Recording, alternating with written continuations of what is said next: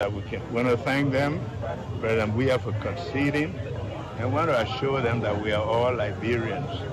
What we want is a peaceful Liberia. Our move will be to reconcile the society, to make sure that we all get on board to build our country. The first 100 days, we have said it over and again. We know the cost of living in this country and even health problems that are associated with the messy road conditions. We want to improve that immediately so that we can prepare for their construction. We want to thank them, President Weah, for conceding, and want to assure them that we are all Liberians. What we want is a peaceful Liberia. Our move will be to reconcile the society, to make sure that we all get on board to build our country. The first 100 days, we have said it over and again. We know the cost of living in this country and even health problems that are associated with the messy road conditions. We want to improve that immediately. I'm not coming new to government, although in different positions, ran a public corporation that was credible. And I can tell you that I come to work not with friendship. I have friends, but there is a clear line of demarcation between friendship, family, and managing. With the experience that we come with a country that celebrates 176 years, and with the life of our people living below the poverty line, I don't think we come into government again to start thinking about our family, to start talking about. I think we come there to make sure that we give the Liberian people hope, and I'm committed to that. I'm not coming new to government, although in different positions, ran a public corporation that was credible. And I can tell you that I come to work not with friendship. I have friends, but there is a clear line of demarcation between friendship, family, and managing. With the experience that we come with a country that celebrates 176 years, and with the life of our people living below the poverty line, I don't think we come into government again to start thinking about our family, to start talking about. I think we come there to make sure that we give the Liberian people hope, and I'm committed to that. I'm not coming new to government. Right. Although in different positions, I ran a public corporation that was credible. And I can tell you that I come to work not with friendship. I have friends, but there is a clear line of demarcation between friendship, family, and managing. With the experience that we come with a country that celebrates 176 years, and with the life of our people living below the poverty line, I don't think we come into government again to start thinking about our family, to start talking about. I think we come there to make sure that we give the Liberian people hope, and I'm committed to that. People have a way of saying things.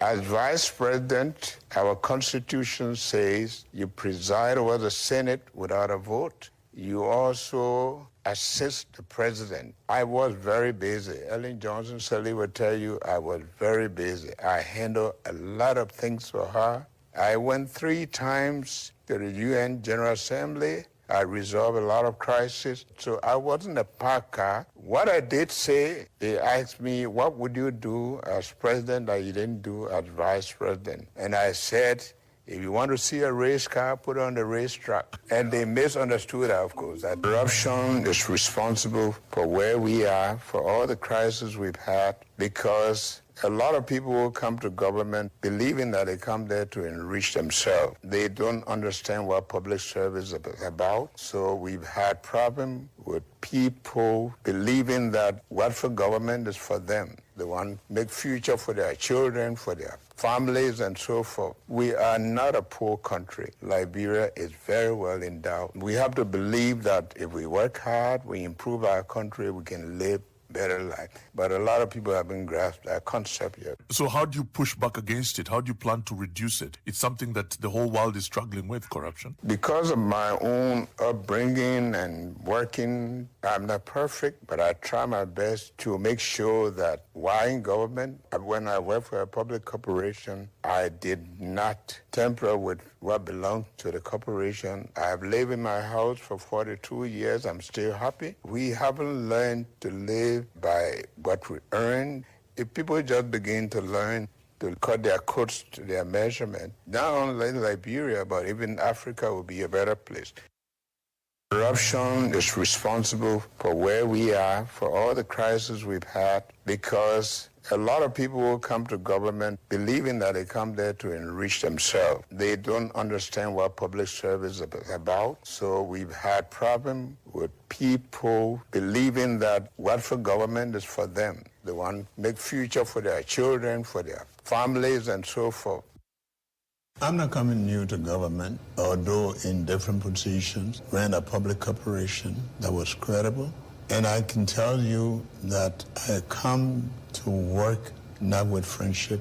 Coming new to government, although in different positions. I'm not coming new to government, although in different positions. I'm not coming new to government, although in different positions.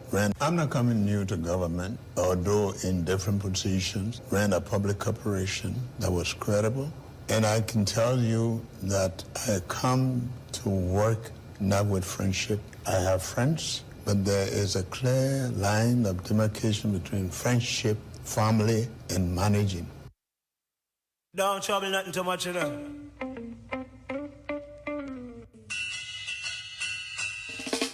1, 2, 3, I'm loving you. 4, 5, 6, I'm missing you. 7, 8, 9, I want you back. 1, 2, 3, I love you. 4, 5, 6, I'm missing you. 7, 8, 9, I want you back. here within my arms again. Long time no see. Out your love, I'm lonely. I miss you, and it's too hard to bear. What have you done to me? I'm waking up in the middle of the night without you, and it's so unfair. I toss and turn, reach for you, only my pillow. It is obvious fact, once you add value to yourself, you'll become the most talked about, most wanted. So Martin Luther King said, even if you build your house in the wood, the wall will make a beating path through his door to get him out because of the value he or she adds to himself or herself. So good afternoon. Thank you so very kindly that you join us again for the show Bits and Pieces on Voice of Liberia 104.1 Morovia, Voice of Liberia 89.7 Kakatama Gibi County, Voice of Liberia 90.7 Bon County, the online radio, and www.voiceofliberia radio.com. My name is Sam Andrews. Edwin Dra is in. Patrick Sa is on the camera. So we are at your disposal from now till 5:50. We've got the issues at different levels unfolding in Liberia and out of Liberia. Mystery country, Liberia, with too many mystery events, typical of too many errands. One of them, well, political bloody notes. Stay tuned as we put the bits and pieces together. Say it's so easy to you. 1, 2, 3, I love you. 4, 5, 6, I miss you. 7, 8, 9, I want you back. 1, 2, 3, I love you. 4, 5, 6, I'm missing you. 7, 8, 9, I want you back. Okay, time is of the essence, so let's get started. But before then, Sunday is going to come down in history as one of the extraordinary dates It's the birthday of the general manager of Voice of Liberia, Kutu Dabi Sao. Monday. That will be on Monday, okay? Monday. On Monday. So we'd say congratulations, bless God for you, thank God Almighty that He's about to give you another milestone to celebrate. Any occasion of such worth celebrating, but celebration is determined by the celebrant. It can be extravagant, it can be low-key, it can be quiet, but it is celebration. Celebration simply means satisfaction from in out. So we say thank God Almighty that He can bestow another great celebration upon Kutudabi Sao Monday. It's good that it falls on Monday. It's a great day. So all of you who are friends, and you know what I'm talking about. And then there is the congratulation on the other side. One is celebrating and the other one is getting married. Lemmy Oklemi of the Ministry of Transport, he will be getting married on Saturday, which will be the 27th of April. That will be this Saturday. Okay, that's good. So let's acknowledge you now, then we get started with the talk with God. Another blunder. The Supreme Court has given a political bloody nose to President Joseph Yuma Boakai. Stay tuned. So Dwight has come on. Thank you ever so much. You've come on from Minnesota, and you said good afternoon. Good afternoon to you from here, I think on your side, the morning hours. Thank you for coming on, Dwight. Edie Nick Guy, you're following from Italy. Thank you so very much for coming on. Solo Wat Corsia, you come on from New Georgia, your comfort zone, Gardnersville. Augustine Q. Jiplo, you've come on from District 15, that's Caldwell. Otaka Kahu, you've come on from where you didn't say, but you said Boakai is a complete liar and can be trusted. And who else? Confident D, you say, wow, Pape Boakai. Hilton Wule Jedo.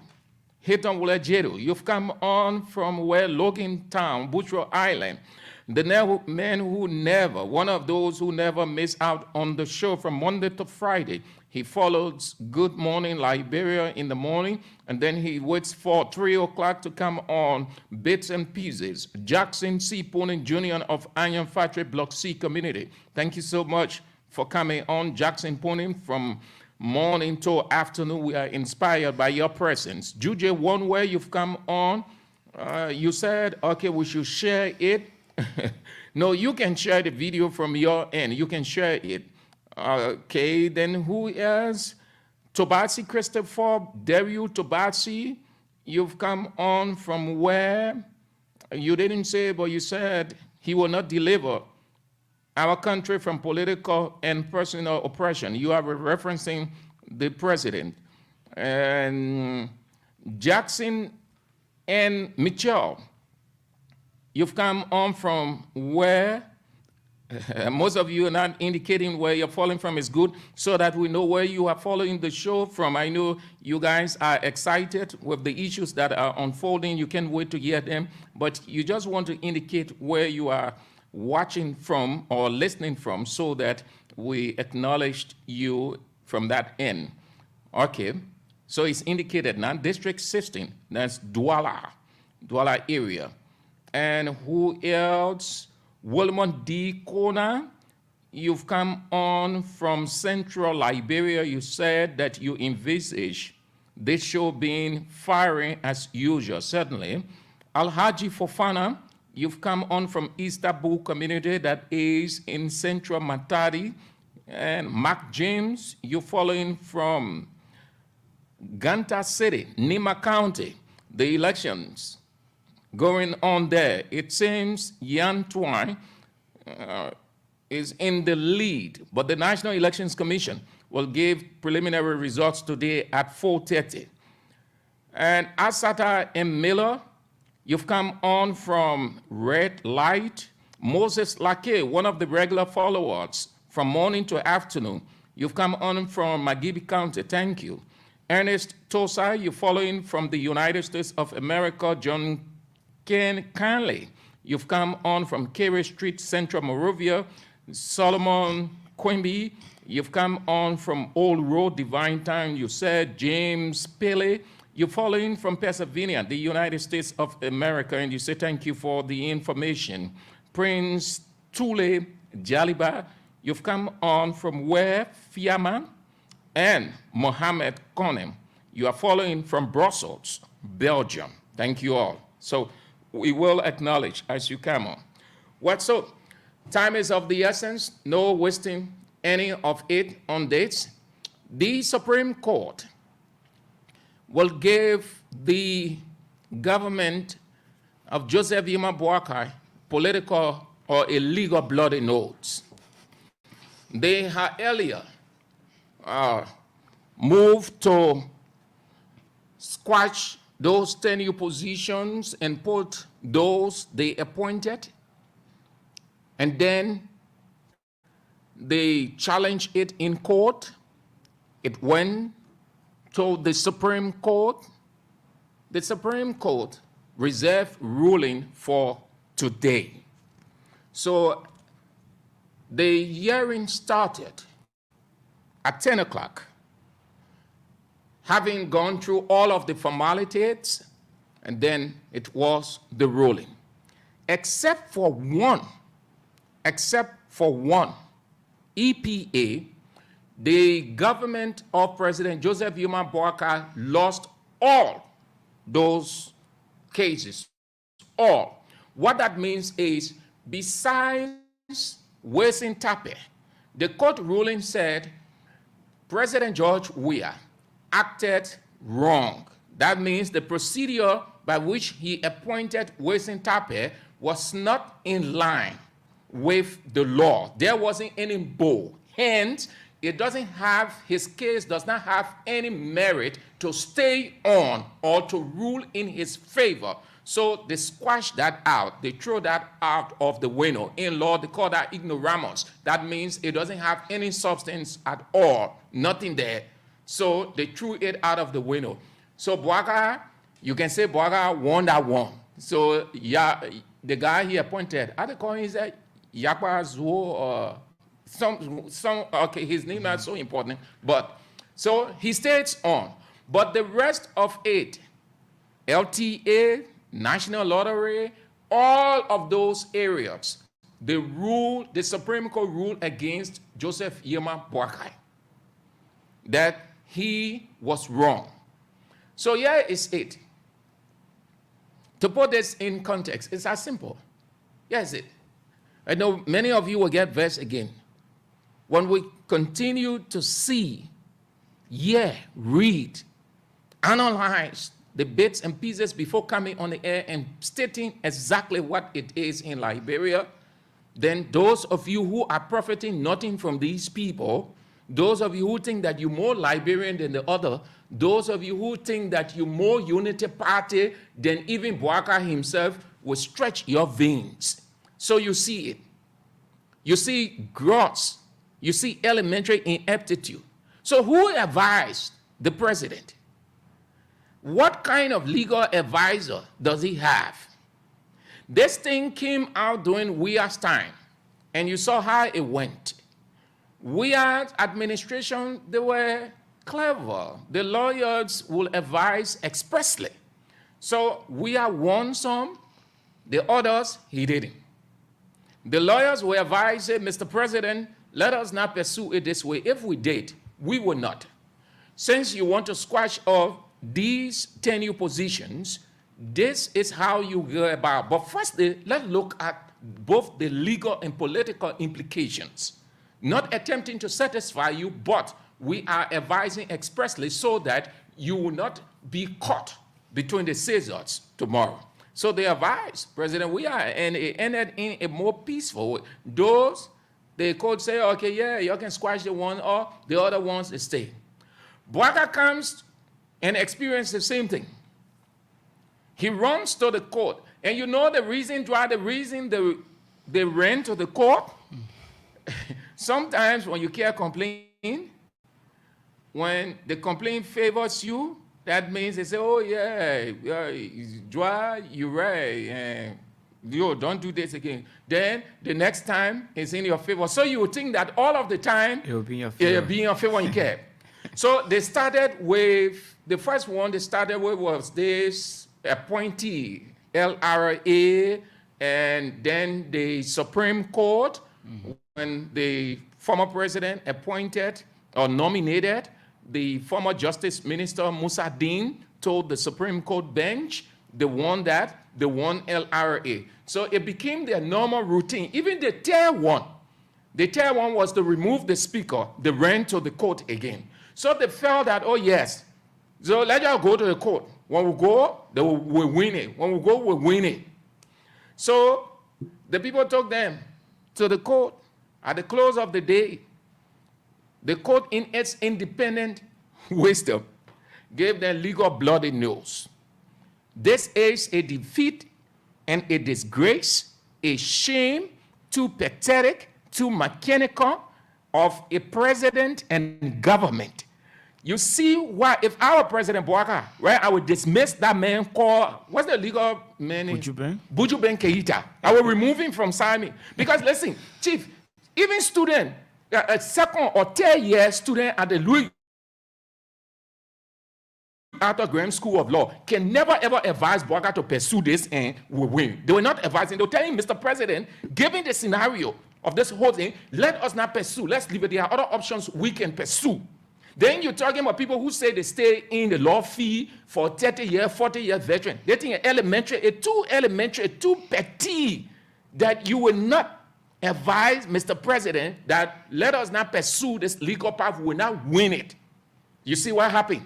It's a disgrace, a shame. So any attempt, the next time they attempt to go to court, you know what's going to be happening, Joa? They say, they want about, they want to get all legal blood and no fire. The next one, if they come start getting scared now to go to court. Exactly. Yeah, they will be scared to go to court. Except for Wizen Tape. In this whole thing, this is where we long since envision and say President Bouaka is not on top of the presidency. He's not in charge. He's under the president, but he's not in charge. The reason is President Bouaka, with the numerous experience he has, he wouldn't go this rough, considering him being in charge and giving him the direct picture of everything occurring in his government, and looking at how former President Salif proceeded in her administration, and he served as a vice president. And in one of his conversations with journalists, he said he did a lot of work for former President Salif.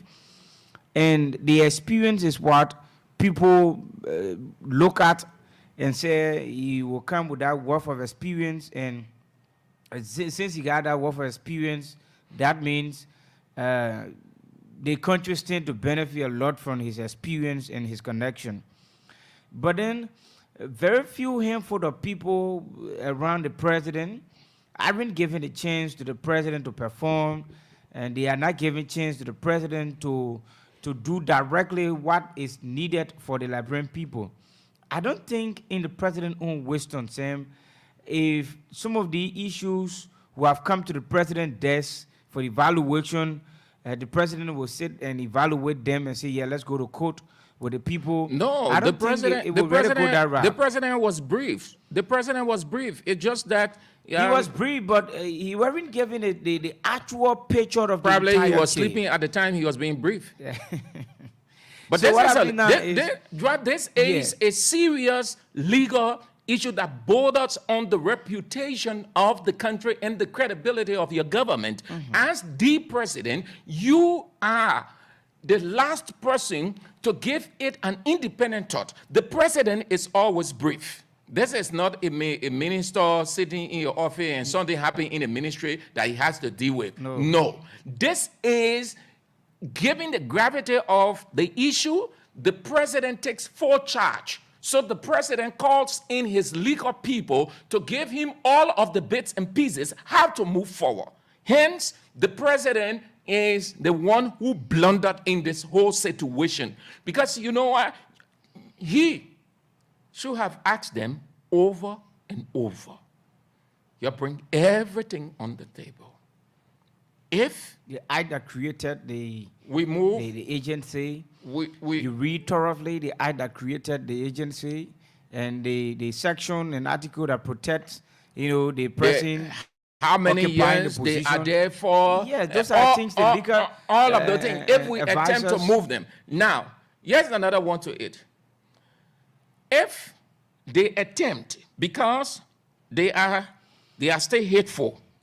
They are still hateful. Why I'm using the word hateful? Because the way they proceeded, it was purely based on hate, not on the law. So if they are still hateful, that means to make sure that they move them one by one, then two things going to happen. One, you have to pay them off. And all of those people, with the exception of the one that they won, they will have to pay, the government will have to put on the table 1.8 million United States dollars. Already, they don't have money. Two, if they attempt to dismiss the people, it will be fault finding. That means you'll be looking for small things, like what the president did for. He said the lady at LTA, Edwina Zakpa, she should not sign this, she should not approve this, she should not. So They struck the lid hole. yeah, they will be looking for, but that did not hold. It did not hold. They will be looking for fault. They will engage into fault finding. And when you engage into fault finding, you can be exposed because you will not know how to go about doing it. People will suspect, and they will even try to set you up. And then when it gets into the court of public opinion, the people will know that, oh, you're witch hunting. Truly, you went to court, the court gave you a legal bloody nose. So you still move with that raging hate to get at them, to get them at all costs. Musa Ability, Representative Musa Ability advised the president. Senator Dillon advised the president. Senator Representative Musa Ability, he advised. I don't think this is a surprise to them. He advised the president not to proceed further with this. But the president insisted that they should go with it. Now you see what is happening. Let me get to Representative Musa Ability and Senator Dillon. I show right now, it's not a surprise to them. I'm about to go to the script. Because the president made the appointment on February 20. On February 20, they were appointed, or their nominations were announced on February. So the Patrick Honor then still on hold.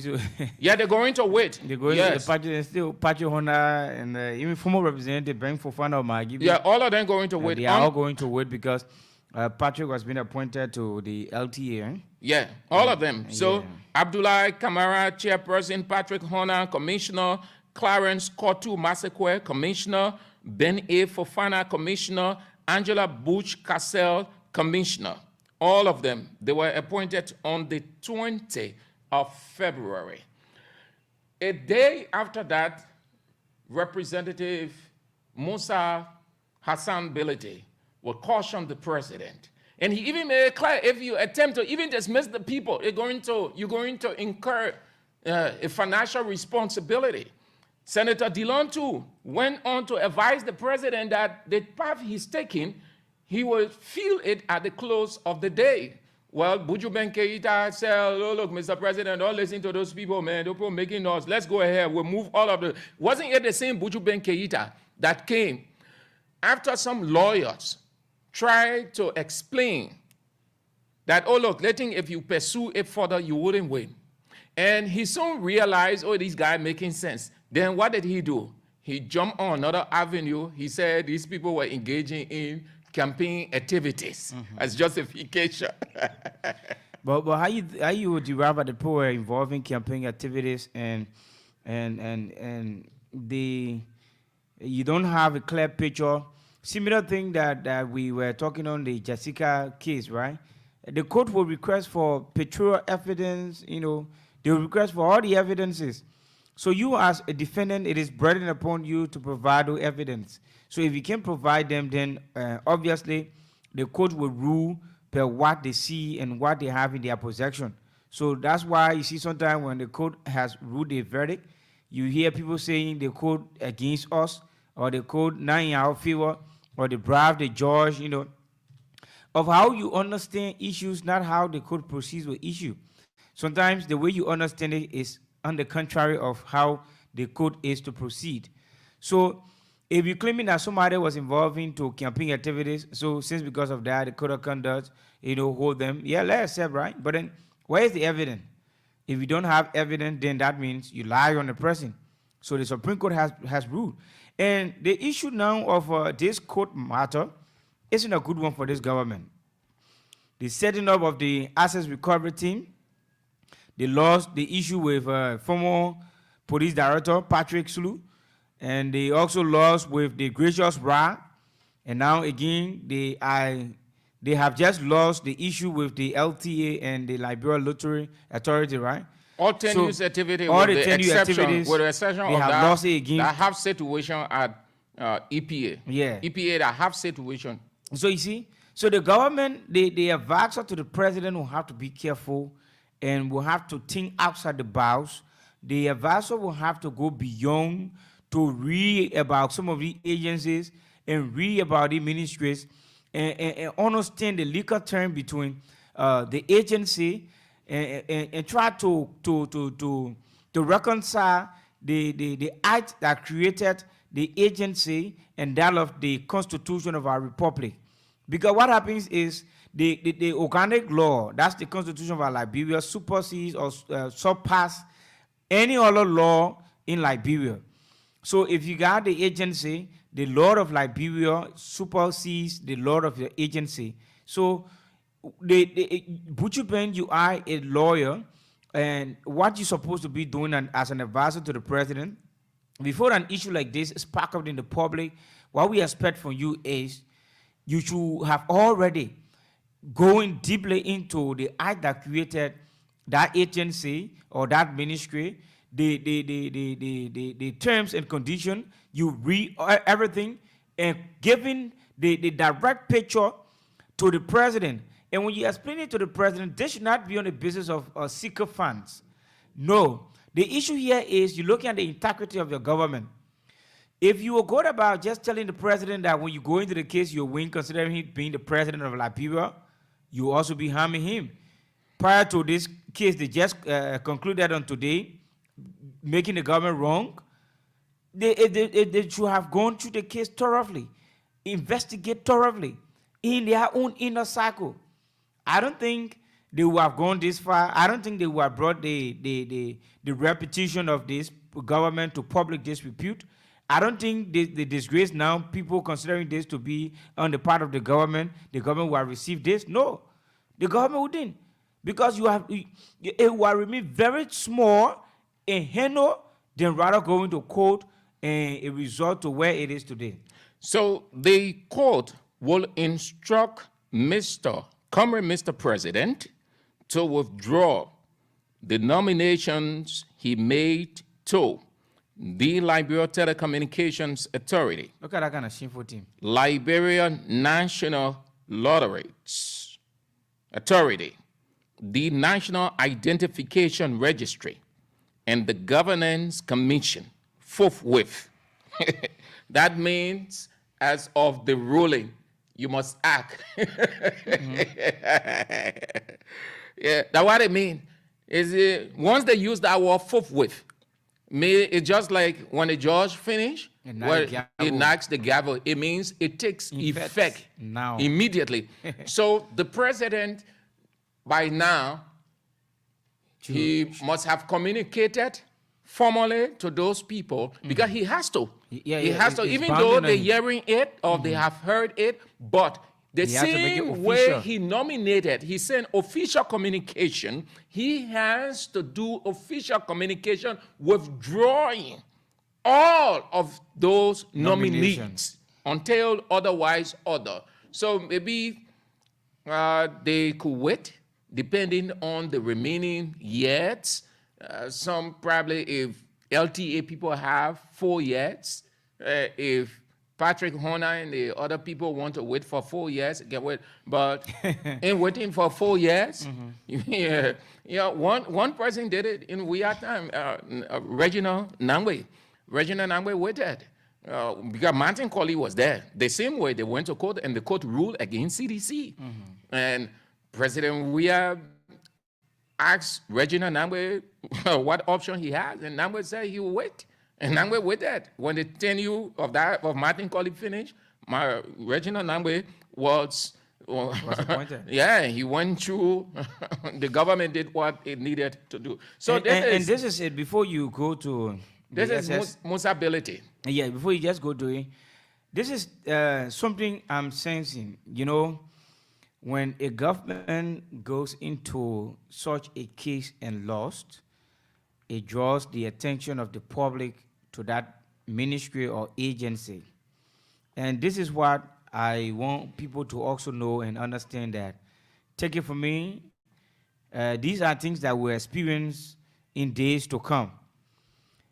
The various tenure positions that the president appointed people into, and by the directive or from the rulings of the Supreme Court, he has to withdraw all of the nominations he sent out.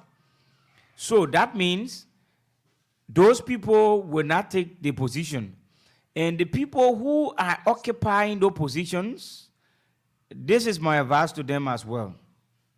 It's clear. They will have to be very careful as to how they are operating the various agencies. And if they will have to continue the job, there are things they are to do. But for me, in my own opinion, or my low advice to many of them will be, if you get back to job, when you receive the communication back from the president that you can go ahead and continue your job. But the president doesn't have to tell them. The people in their respective positions. They are in their positions. He need to send communication there. He only needs to withdraw those people he appointed. Those who are already there, they are in the position. They're working. They're moving normally. They're doing the work. So what I'm saying now is, anything. There will be this thing that we'll call eye for service. That means they will be observing every bit and piece of activity at your agency. And any small mistake, they will fire you directly. That means you yourself too now, your name will be published, that they have dismissed you. Bwaka can do that. Don't give the people, don't give them the impression that they can do it. The people can be. Don't create a scene out here. So we got to be careful now. Otherwise, the way we not win the case, they will find their own and then they'll tell, no, Bwaka can dismiss those people. Right now, Bwaka himself, in fact, it is the president who has to be careful. It is the president, not those people who are there. Those people pursue the law. That's what the law says. Anything, you can seek redress. And they sought redress with the court. And the court, which is the final arbiter of justice in our land, the Supreme Court, ruled to say, Mr. President, you did not pursue the path legally that you ought to have pursued. Therefore, these people remain. It is Bagana who has to be careful, not Edwina, not Reginald, not all of those people in tenure position. If you attempt to dismiss them based on mediocre stuff, it's going to be another thing. They can move back to the court and win that case against you. And what happens? It can start to diminish the morale, the credibility of the government. So in this situation, the burden of responsibility to keep the atmosphere peaceful is on the lap of the president. He can't do anything in terms of fault finding to dismiss those people. No, then it will be the real grudge that everybody will know, oh yes, we can see why they came and said, yeah, let's get rid of all of them. You can't do it, right? No, but I can do it under no condition. So yeah, what Musa Belete said. He said, please be reminded that some of your appointments, he referring to the president, he said, dear Mr. President, please be reminded that some of your appointments announced a few hours ago are in 10 new positions. For instance, DLTA. I trust you mean very well for this country. Please don't let pressure from your supporters for jobs make you flaunt our laws. Liberians expect the very best from you. You see, he went on to say, you see, Mr. President, like you, I swore to uphold the Constitution of the Republic of Liberia. So, if these appointments are not withdrawn in time, I will be constrained to take the necessary actions to defend and uphold the laws. Musa Belete went further to say in his post, Mr. President, we condemn and criticize the past administration on this issue of tenure, and we cannot or we must not ensure that the mistakes of the past are not repeated. Okay, so this was Musa Belete caution. Then his own man, Dillon said it was a misstep. That's how he termed it, missteps by the president in the appointment of those people to those positions. Okay, so this is Dillon. But let's get to you people. Let's see, some of you have commented on this. Then we open the line. Ezekiel Roberts, okay, you only say you are following. We will only take comments. Jones Pele, he said, I really can understand you guys on the show. Why are you saying that the president is not in control? Why will you say that? The president knows everything. He is just a bad president. Who else? Prince Sandor Johnson said JNB need to be careful with the Minister of State, Sylvester Grisby, his political advisor, his economic advisor, his legal advisor. What other comments? Okay. All right. So let's go to the line 0770-907-907, 0770-907-907, 0770-907-907. Have you say on the first talking point, and then we move to the next. Hello? Yeah, Eddie. Your name, where you come from? I'm Dimo. From Nigeria. Yeah, Dimo, let's hear you. You know this thing, it will take me time to come about. Like this morning, you give me little time to laugh at them. So I just wish they be laughing at them. So go ahead, laugh. Go ahead. All right, thank you for following me, sir. Laugh now. Hello? Hello, Sam, and hello, Joy. How you doing? We are fine. Your name and where you come from? This is Seth Walker. The visual impaired guy are always pushing Walker to deliver all your campaign promises. Let's hear you. I agree with Sam. This is some political bloody news. You know? And I also agree with saying that Walker can't touch these people. He can't touch them. In fact, people be careful. Because mind you, there is impeachment to say that hand over his head. These are the previous party, the guy that will be added to that document to impeach Barker, because I don't think we'll set a allow Barker to have free ride. No, it's not going to work that way. You didn't come here to wish for people. You came to deliver. You came to rescue. That's the way you're going to rescue the Liberian people. Let me say answer to the Supreme Court. This is why we say that among the three branches of government in Liberia, Supreme Court is a integrity institution right now that will stand for the truth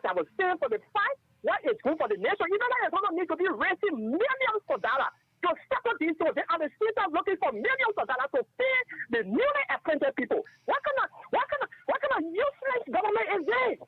Thank you. Hello? Hello?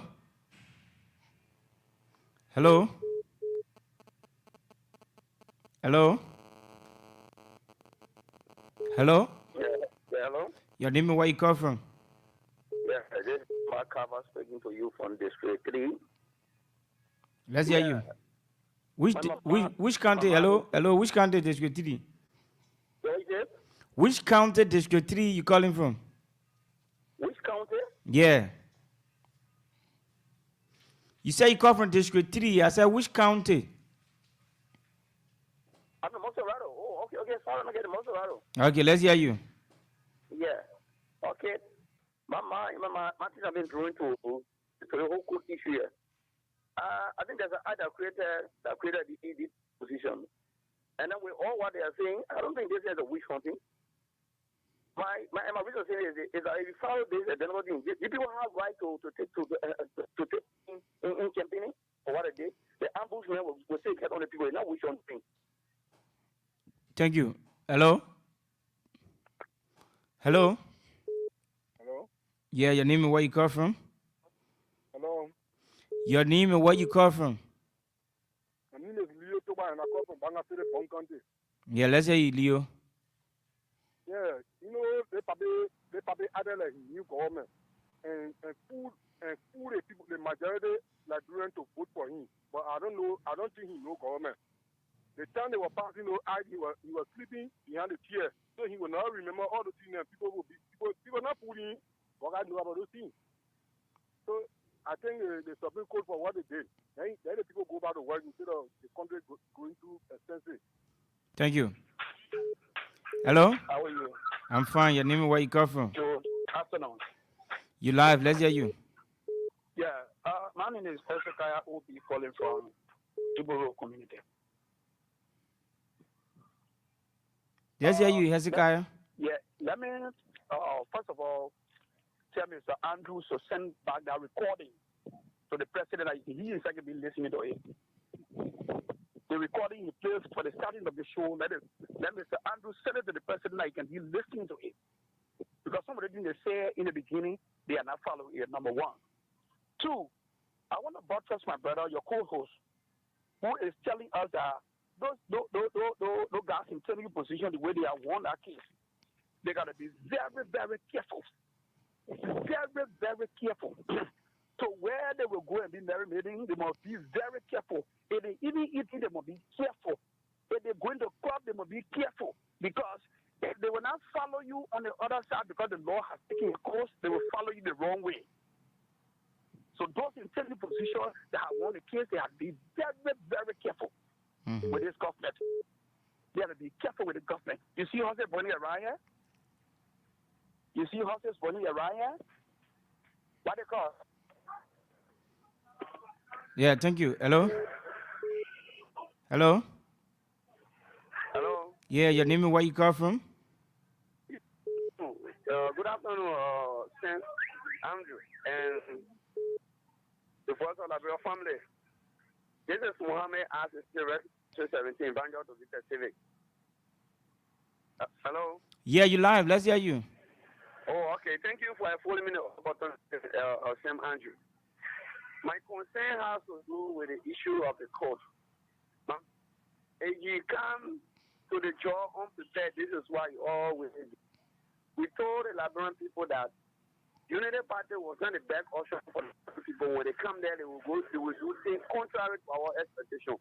And yes, they know that they probably get 42, 45 years experience, being experienced in the board. But see now, he spoke against corruption, but see, right in your office, there are corruption there, there are corruption allegations there. And since the callback spoke on a corruption allegation right in your office, he had not come out to say anything. He said, remain quiet.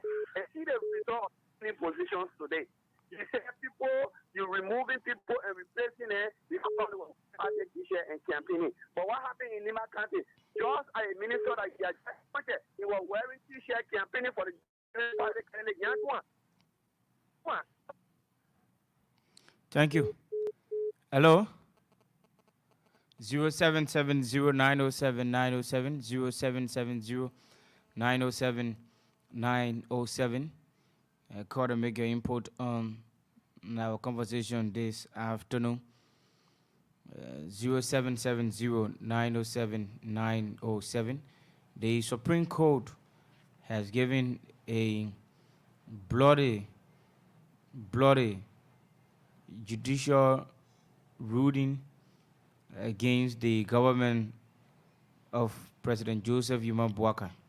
So the president statement that he did not come or wasn't coming to the government as a novice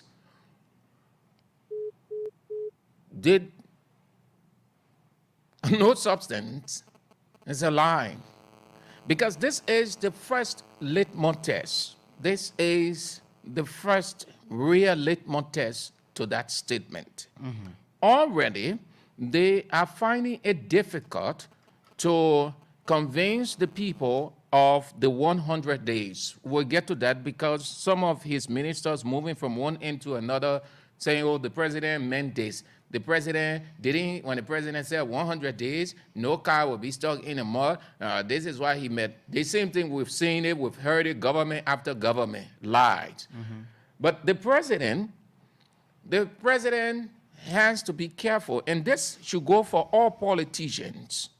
When you come in to the presidency, or you want the presidency, it's not to impress, but to be honest, and not to just go making wide promises or just speaking from the blue sky. The president said he wasn't coming till the presidency knew. That means every aspect of governance, he knows it. And he worked in the government or Liberian government prior to becoming vice president for 12 years. So every aspect of governance he knows. So he went through the legal aspect of different situations.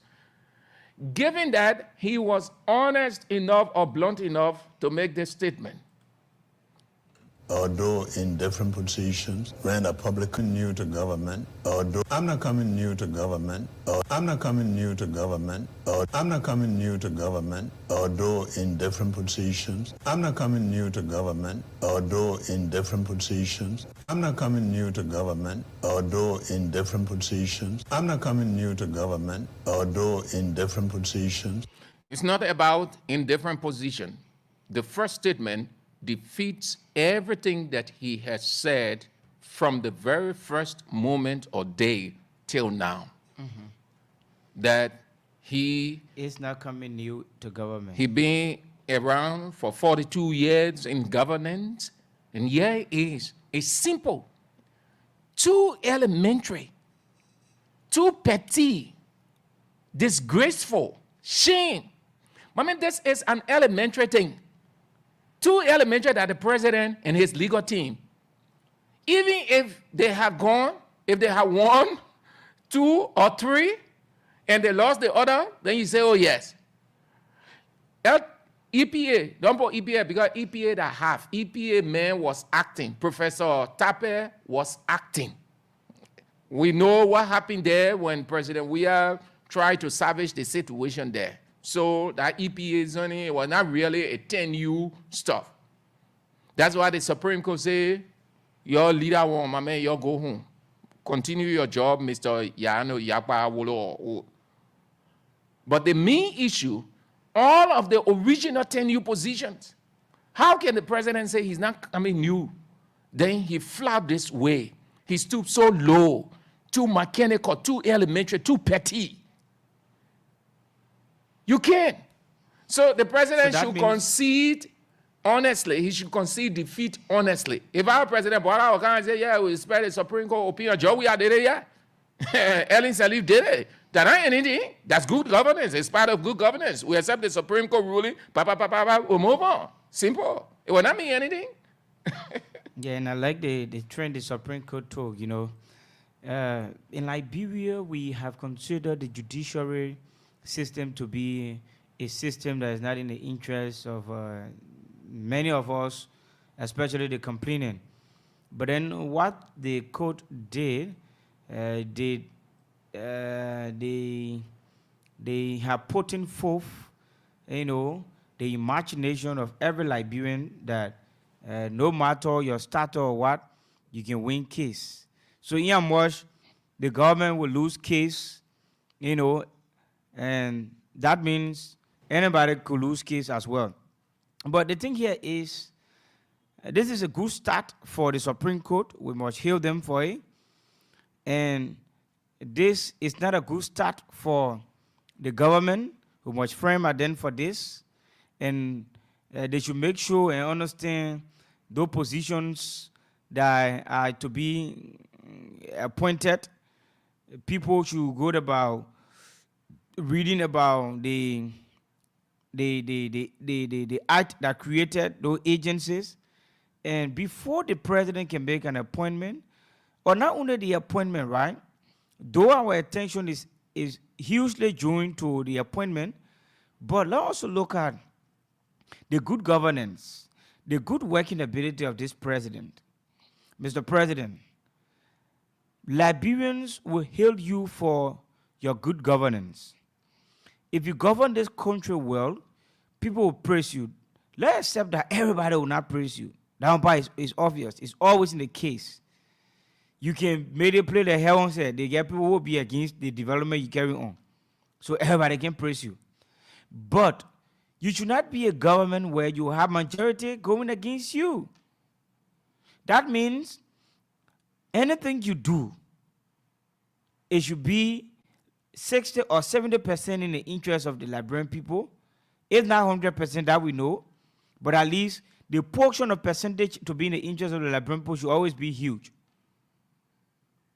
Mr. President, this is a serious warning to your government that the Supreme Court will not take issues lightly, and every issue that will be put forth before the Supreme Court, they will go through the investigation, and whoever is wrong, the verdict will come down on whoever that is wrong. Mr. President, you need to be very careful. Not everything people will say to you, you consider, but at times as a president, there are things your minister, your ambassador, whoever will tell you, but then you will have to do your own evaluation. Do your own in-house thinking. President, when yes, say government officials are taking sleep, they take the time of the night to understand, to digest what their ministers will tell them in the day. And if you go about digesting, investigate the both sides. Your minister has said this. So your own investigation there as the president, you're looking at the political implication, you're looking at the integrity of your government, you're looking at also the peace it will call in your government.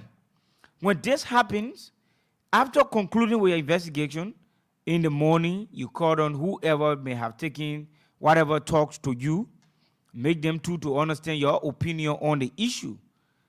And when you have given your opinion, let them justify to beat your opinion that you accept and say, okay, if this happens, that means the government will be on the right path.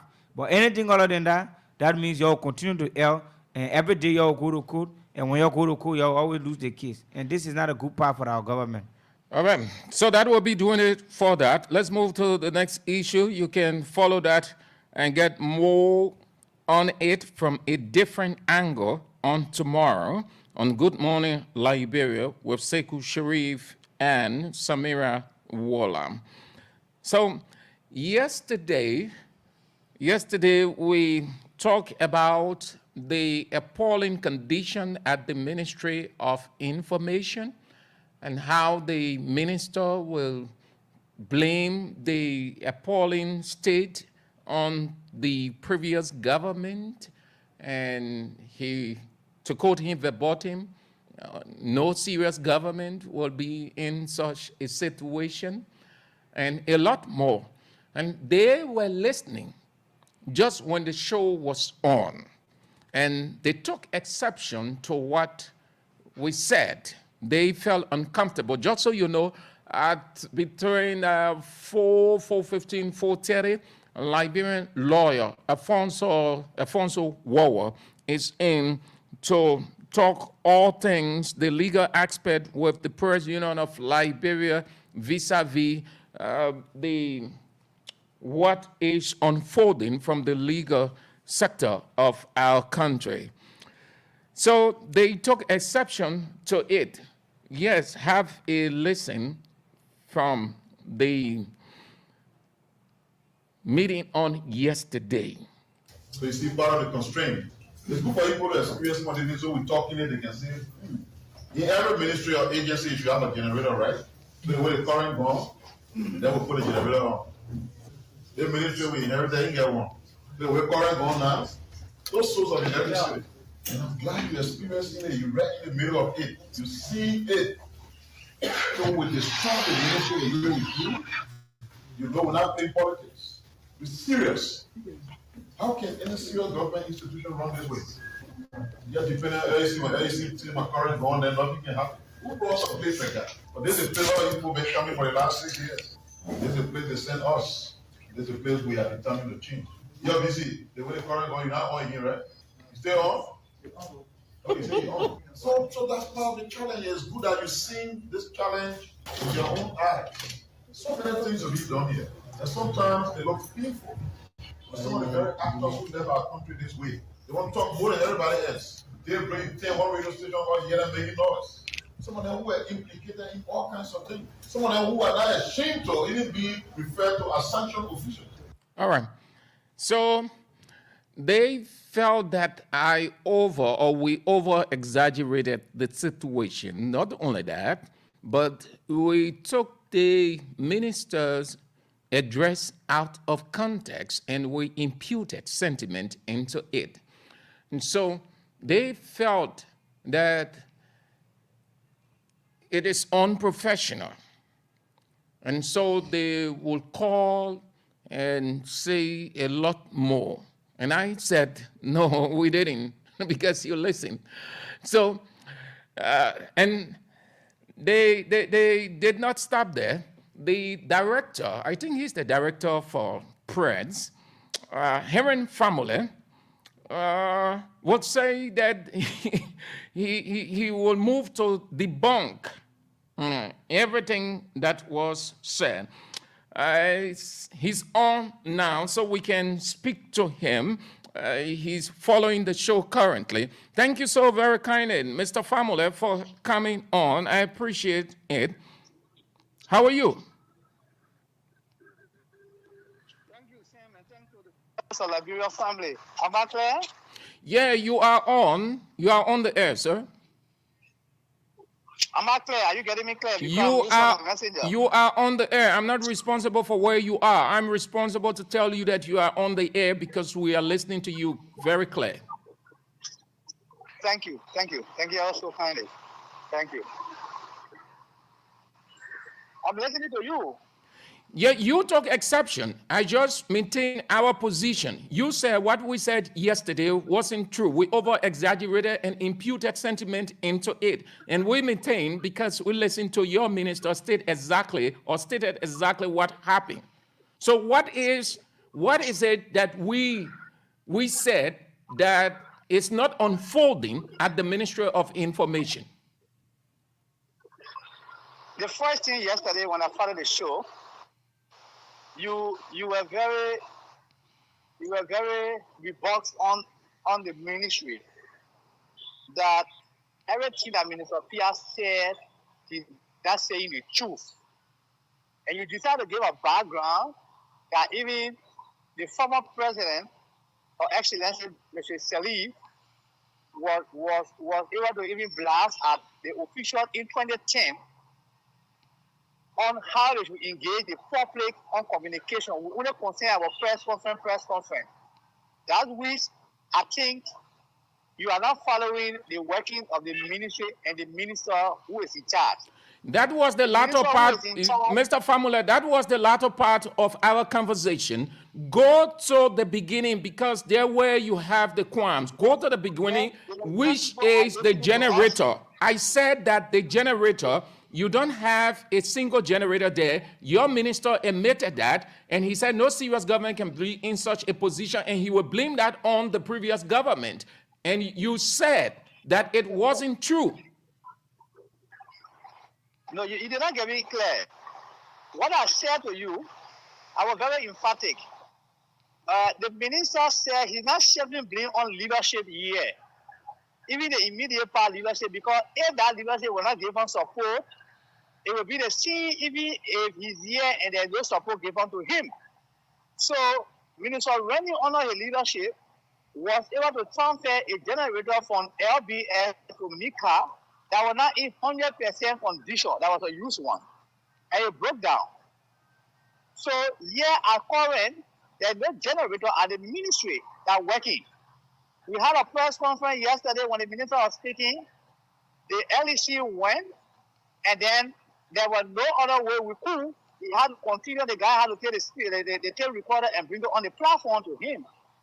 And we went about. So when you said that, I decided to come out to give some small clarity.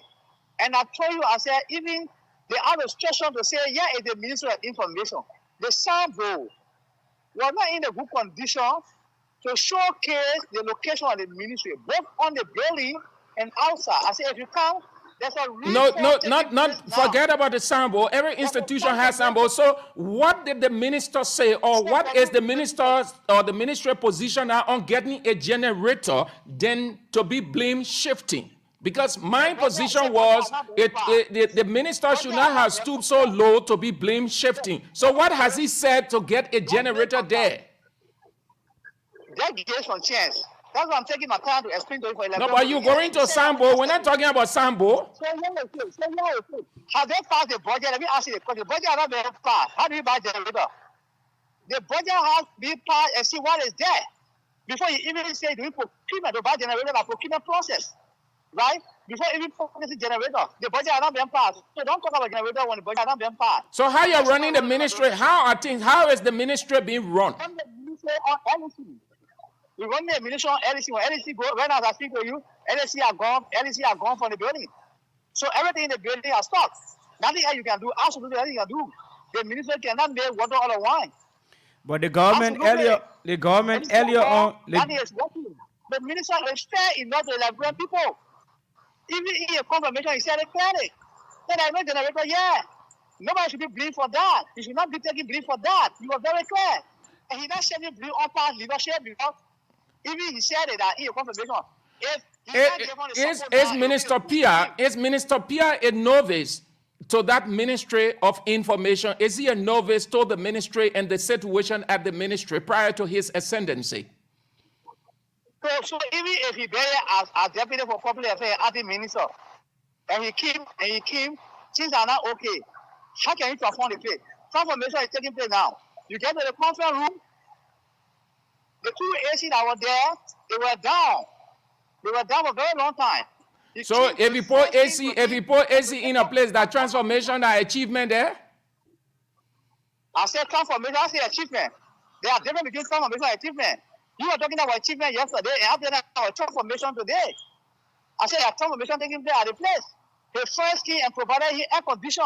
And the Reporter Association president yesterday in the press conference was telling him thank you on behalf of over 70 journalists that are in the hall. So you saying, are you saying that almost everything that you're using at the Ministry of Information is being provided by friends, people helping the ministry, a government-run institution? What do you refer to almost everything? I'm very specific. You say almost everything. I said the air conditioner in the place was down. The security and providing air conditioner in the conference hall. Minister office, the personal office. So you don't have money all there. You don't have money at all. The ministry don't have any miscellaneous, any contingency plan budget. No, I'm telling you, in the Liberian way, rack is not there. The ministry are not even sound one place because where is the money first? But where is the minister and you people creativity and innovation? What criteria bring money? Just tell me. The ministry is not Ministry of Health. The ministry is not birth certificate area yet. The ministry is not Ministry of Foreign Affairs. That they say generally form.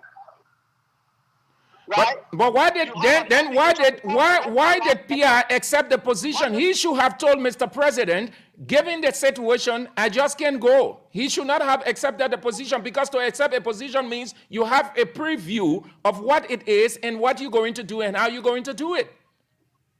And there is a reason why Liberia will not go if you have that kind of a mentality.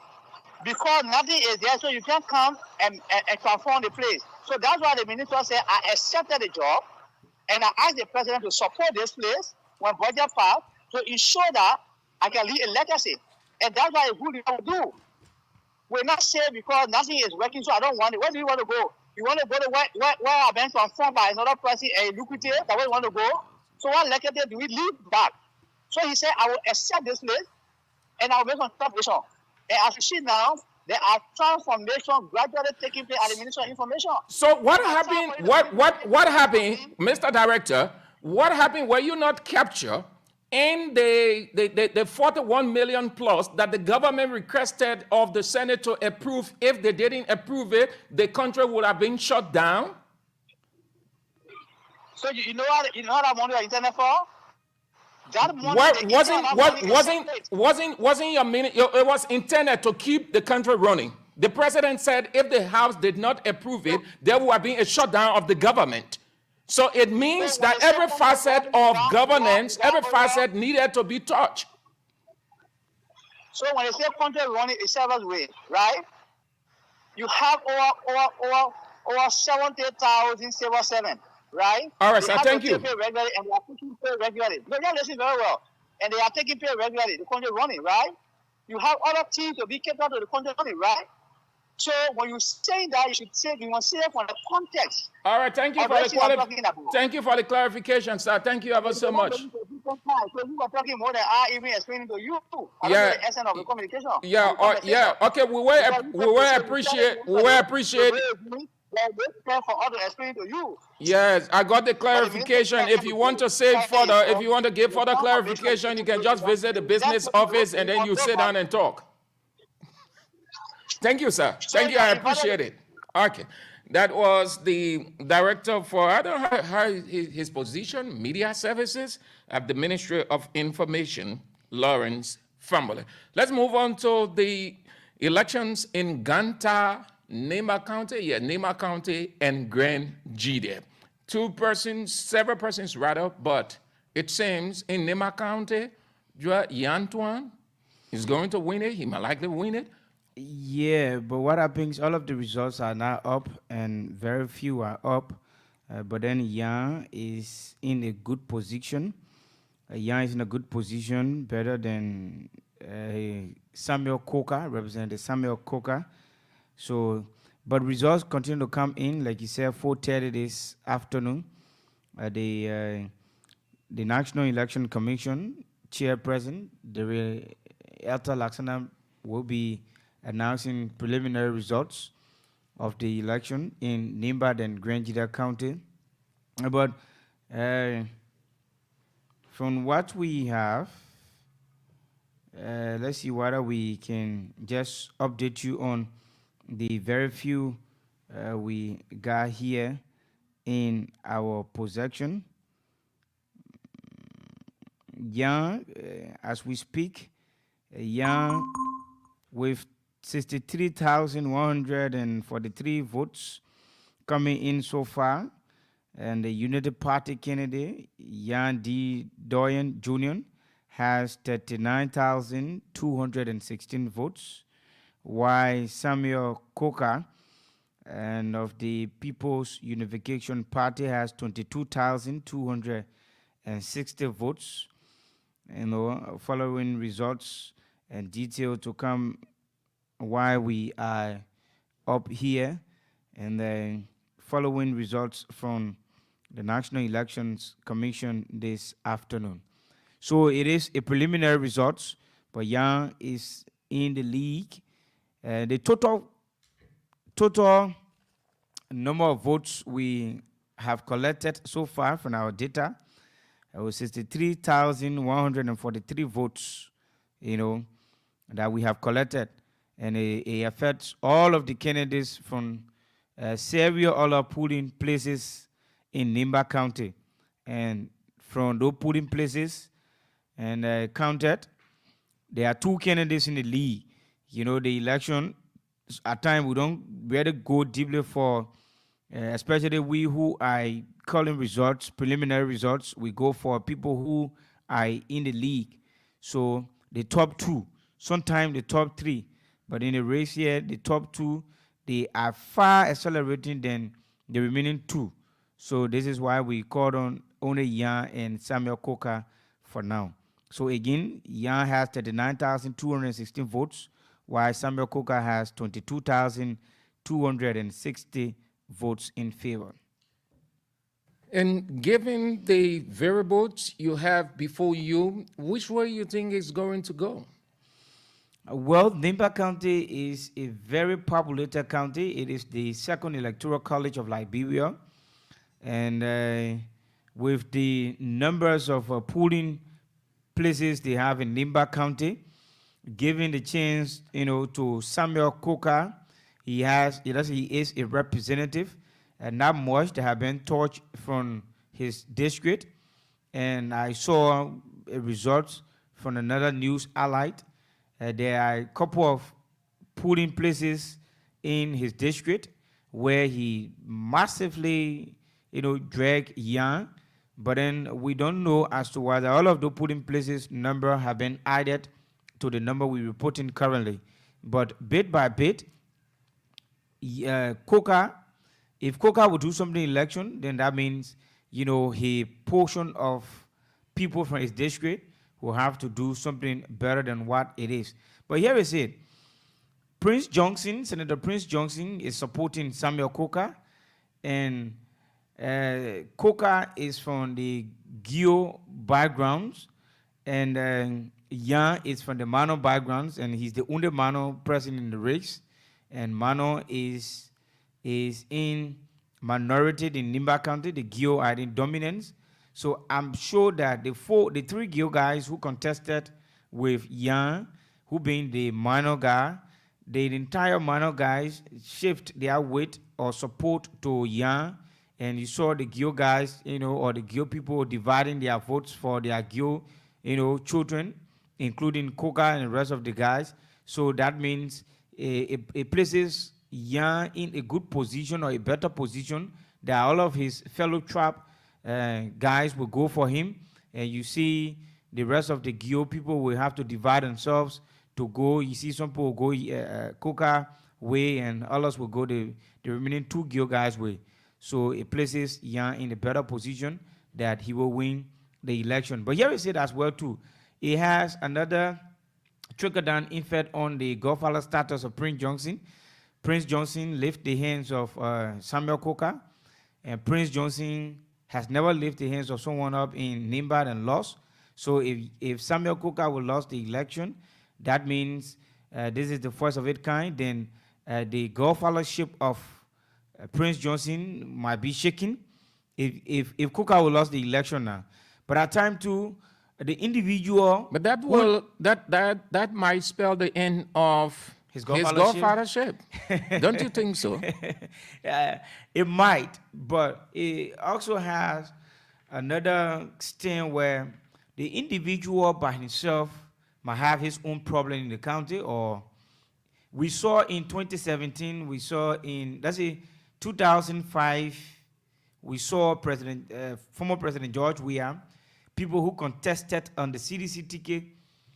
Everywhere they went, soon as former President Weah would say this is the candidate on the ticket, almost everyone who contested on the CDC ticket won election on the basis of former President Weah. Yeah, in 2011, there are two different candidates or 2 different scenes here. I'm just giving the scenario of how people consider the godfathership of the individual. They believe in your ideology as an individual, different from you bringing people on board, and the enlightenment people gaining on a daily basis in an electoral process in Liberia. 2005, people's minds were not enlightened as compared to how it was in 2011. And 2011 elections was not as big tough as it was in 2017. And 2017 was not as tough as 2023. So that's how it's go about. So Prince Johnson, quote unquote, has provided, or let's say, has provided a path for many other Nimbadians reaching like Vice President Jeremiah Kuhn. Yeah, he made candidates. He decided elections over the years in this country. But if Koga doesn't win the election, will it mean that he's just not a sellable candidate? Or that the rivalry between him and the ruling establishment will be a factor? Yeah, it could be a factor as well, because what I want to consider to be a factor is Coca is a sitting representative, and a sitting government to win election is something very tough, because you are in the driving seat. To convince the people to support you, you have to go the extra mile, because we saw it in the just ended 2023 election. Unity Party shift all of the blames on the ruling establishment, the CDC, and they told the Liberian people that the CDC was not proceeding rightly, and the people bought the ideas of the Unity Party, and this is where we are. So the opposition will say everything they want to say, because they want to shift the entire blame, and they want to consider the deplorable condition of the people to you, the ruling establishment, given the status of the situation that you are the cause of the Liberian people suffering. So and when the people have that perception that you are the cause for their suffering, they wouldn't want going your way. So I'm sure that's just one factor causing, Representative Coca not going too far into the election, or might lose the election because of that. He is a sitting representative, and the message will be, he is a sitting representative. What has he done? And being a representative to do something that the entire Nimba County will benefit is just very slim. But that will be the message the opposition will always preach against the imposition. So Coca is also a slap in the face of Prince Johnson. Prince Johnson is sitting senator and the political godfather of Nimba County, and his colleague in the legislature, Samuel Coca, has been lifted up by him. Losing the election in Nimba is also a slap, and is questionable to his political godfathership in Nimba County. But we yet to see the result. We yet to see the end of the result, as preliminary results continue to come in. Will he be that vocal, radical, more forceful if Samuel Coga don't win? He wouldn't be that vocal, because Coca will lose the election, and Prince Johnson has a very serious task ahead of him that has to do with the establishment of the War and Economic Crime Code. He is concentrating on that War Crime Code, and his interest or priority or expectation by the Unity Party government has not been also met. So because of that, you wouldn't say being vocal, because he gave a lot of assurance to the people of Nimba County. So because of the assurance, and the Unity Party would not want to go directly by his priority as an individual, but rather the Unity Party government will want to do exactly what they have projected for the people of Nimba County instead of Prince Johnson alone. And Prince alone, Prince will want people who he wants them to be in government to be appointed by the Unity Party. He will want them to be appointed because of his influence. And the Unity Party government is not adhering to, do recommendations from him, but instead they are going for what they think is necessary for the Liberian people. So that means his expectation, from the Unity Party government isn't working. So in much it's not working, he wouldn't be that vocal, because the Nimba County people have always accepted or considered him to be their leader. So that means they are opting to receive the best from the Unity Party government. So in much Prince's interest has not been, or priority has not been met by this government, that means the people of Nimba County will slowly or will gradually try to define his authority now in Nimba County electorally. That means they will say, next time if you come here now with people, we will have to rationally think, and will not just go the way you're going because we feel you are our leader. with your election, you alone, we can look into your direction and support you. We can look in your direction and support you. But bringing people, giving the gravity of our support, looking at the percent of support we gave the Unity Party in 2023 and giving us the decimal benefit, we wouldn't go your way again if you bring people into Nimba County. But with you as an individual or with you as our political godfather, we can go your way. We can support you. But we wouldn't go supporting somebody who you will recommend to us. But if this is the case again, then that means the people of Nimba County will also be careful.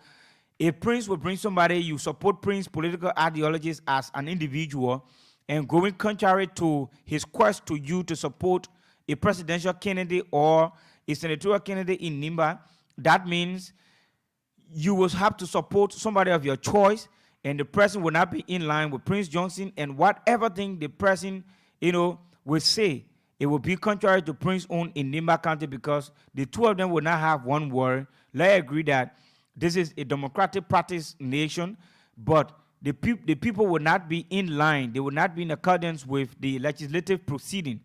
What we see again in reference to that has to do with the people of Margibi County. The entire legislative caucus of Margibi County supported the presidency of President Joseph Boakai, and President Boakai won the election. The entire legislative caucus went against the presidency of President Joseph Boakai, and you saw the citizens of Margibi County supported the presidency of President Boakai, but not a minister or a single minister that ever left from Margibi being appointed in this government. That means you will not have people on the national table to sit with the president who have the authority to recommend direct and influential people of your county to the president to say, this person is qualified, we need the person from our county. Like you saw people being appointed from Bon County, from the Nimba County, Bon County, based on the influence of Prince Johnson, Prince Moi, and all our senators or hierarchies of the Unity Party. Nimba, you saw the appointment, made through the influence of Vice President Kuhn and that of Prince Johnson. In Bapolo, you saw a lot of people being appointed in government. Why? Because they had, people in the cycle of the Unity Party stewardship. Unless for Nimba County, they will have to be careful. You're listening to Bits and Pieces on Voice of Liberia 104.1, Voice of Liberia 89.7, Voice of Liberia 90.7, Bon, Kakata, and Morovia, as well as the online radio, www.voiceofliberiaradio.com. We're still expecting our guest. I'm told that he is on his way, Liberian lawyer Alfonso Wawa. The National Elections Commission is getting set. We will bring you excerpt of that. The preliminary release of provisional results from Nimba and Grain Jide representative and senatorial by-elections. Before we get to you to have your say on these two topics, let's move to the Ministry of Health and Social Welfare. It has announced that beginning tomorrow, it will launch the anti-malaria vaccine for children between 5 and 18 months in Chester City, Riverside County. The Liberia's Health Minister, Dr. Louis Poto, will administer, according to the Ministry of Health, the first vial of an already available 88,780 vials of the malaria vaccine in Liberia as part of the government Sustainable Health Package for Children in accordance with the World Health Organization initiative to combat malaria in Africa. The remaining doses are to arrive in Liberia in July, marking a significant step, the Ministry of Health said, forward in Liberia's effort to address the burden of malaria. The distribution of the malaria vaccines is a crucial component of the World Health Organization Malaria Vaccine Implementation Program aimed at reducing the incidence of malaria-related illnesses and fatalities across the continent. Liberia is amongst 12 African countries benefiting from this initiative, with a particular focus on areas with high malaria prevalence, especially amongst children. The Ministry of Health said it remains committed to prioritizing the rollout of the vaccine in 6 southeastern counties, which has shown increased cases of malaria over the last months, targeting children aged 5 to 18 months in 39 districts within these regions. The anti-malaria vaccine, the Ministry of Health went further to say, will be administered at all health centers or facilities across the 6 southeastern counties: Riverside, Sino, Grand Jida, Grand Cru, River G, and Maryland. Let's turn to you now to have your say on any one of these topics we discuss. We talk about the National Elections Commission is gearing up to release provisional results. Our guests will be in anytime soon. 0770 907 907 0770 907 907. Hello. Good afternoon. Good afternoon. Mr. Andrews. Your name and where you come from? This is David King, Joa. I joined you this afternoon from my residence. Let's hear you, David. Yeah, you see, Joa, with the result that you got over there, coming from the Nima County by-election, dominantly Sanikwere, Kanta is a mono-dominated community. So you don't expect Samuel Koga to perform in those areas. In Secretary, these are mono-dominated areas. So you will see Samuel Koga, trading behind Antoine. But if you go into the Geo settlement, like I was listening to one of your sisterly radio last night, numbers that were coming from Koga district, when Koga is in 200, yeah, is in 2, yeah, having 9, and stuff like that. And I can tell you that people are not going for the former senator, how you call him, how they call that old man that running. He was there before. People are not going. They got 2 Mano men in the race, and they got 2 Gil men in the race. So it's go time. But the 2 familiar faces in that place, you got Mr. Koga and you have Mr. Twain. So these are the front runners. So it is still far to call. So we cannot already say Jan Twain have won the election. Like I listen to other radio, people are celebrating and saying, oh yeah, Unity Party. I show some people say in Nima County. No, that's not the case. Let us wait to see how the whole thing will end up at the end of the day in terms of result coming from the National Election Commission. What we're hearing is unofficial, so we need to listen to the official body that are responsible for calling results in our country electoral process. Thank you. Thank you. Hello? Hello? Hello? Hello? Yes, hello. Your name and where you come from? Yes, my name is John P. Yagbawolo. I call from Bangasore, Bon County. Yeah, John, let's hear you. Yes, thank you for the show this afternoon. And my concern has to do with this electricity going sorry, we have to interrupt and bring excerpt from the preliminary results. The National Elections Commission head David Etta Brown Lasana. NLP votes obtained 132, constituting 1.88%. Cooper the second Saros S votes obtained 318, constituting 4.53%. Dobo Elijah Koniyon Alsop votes obtained 364, constituting 5.19%. Ducle Ansu, Independent. Let me read that again. Ducle Ansu, NDP, votes obtained 860, constituting 12.26%. Baba Nathaniel Chen, RNC, votes obtained 433, constituting 6.17%. Guillaume Moniayon Jerry, DNA, votes obtained 286, constituting 282, constituting 4.02%. Let me do that again. Guillaume Moniayon Jerry, DNA, votes obtained 282, constituting 4.02%.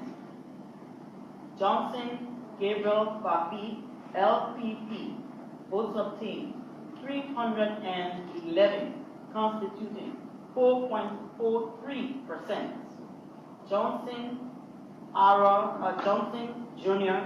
Roosevelt Lionel, votes obtained 57, constituting 0.81%. Colonel Isaac Nyane Young, LRP, votes obtained 300, constituting 4.28%. Kuye Jezia M, EFFL, votes obtained 84, constituting 1.20%. Soken Senior Jeremiah Dawo, Independent, votes obtained 2,067, constituting 29.47%. Williams Sampson B, ALL, votes obtained 491, constituting 7.00%. Total valid votes 7,015, constituting 100%. Total invalid votes 165. Total votes 7,188. That's 80. 7,180. These are the results from Grand Judah County Electoral District number 1. I will now read the results from Nimba County. 157 polling places of a total of 736 polling places, constituting 21.33%. Candidates: Group B, Thomas S, RNC, votes obtained 520, constituting 2.12%. Koga Samuel Gongwin, PUP, votes obtained 3,737, constituting 15.23%.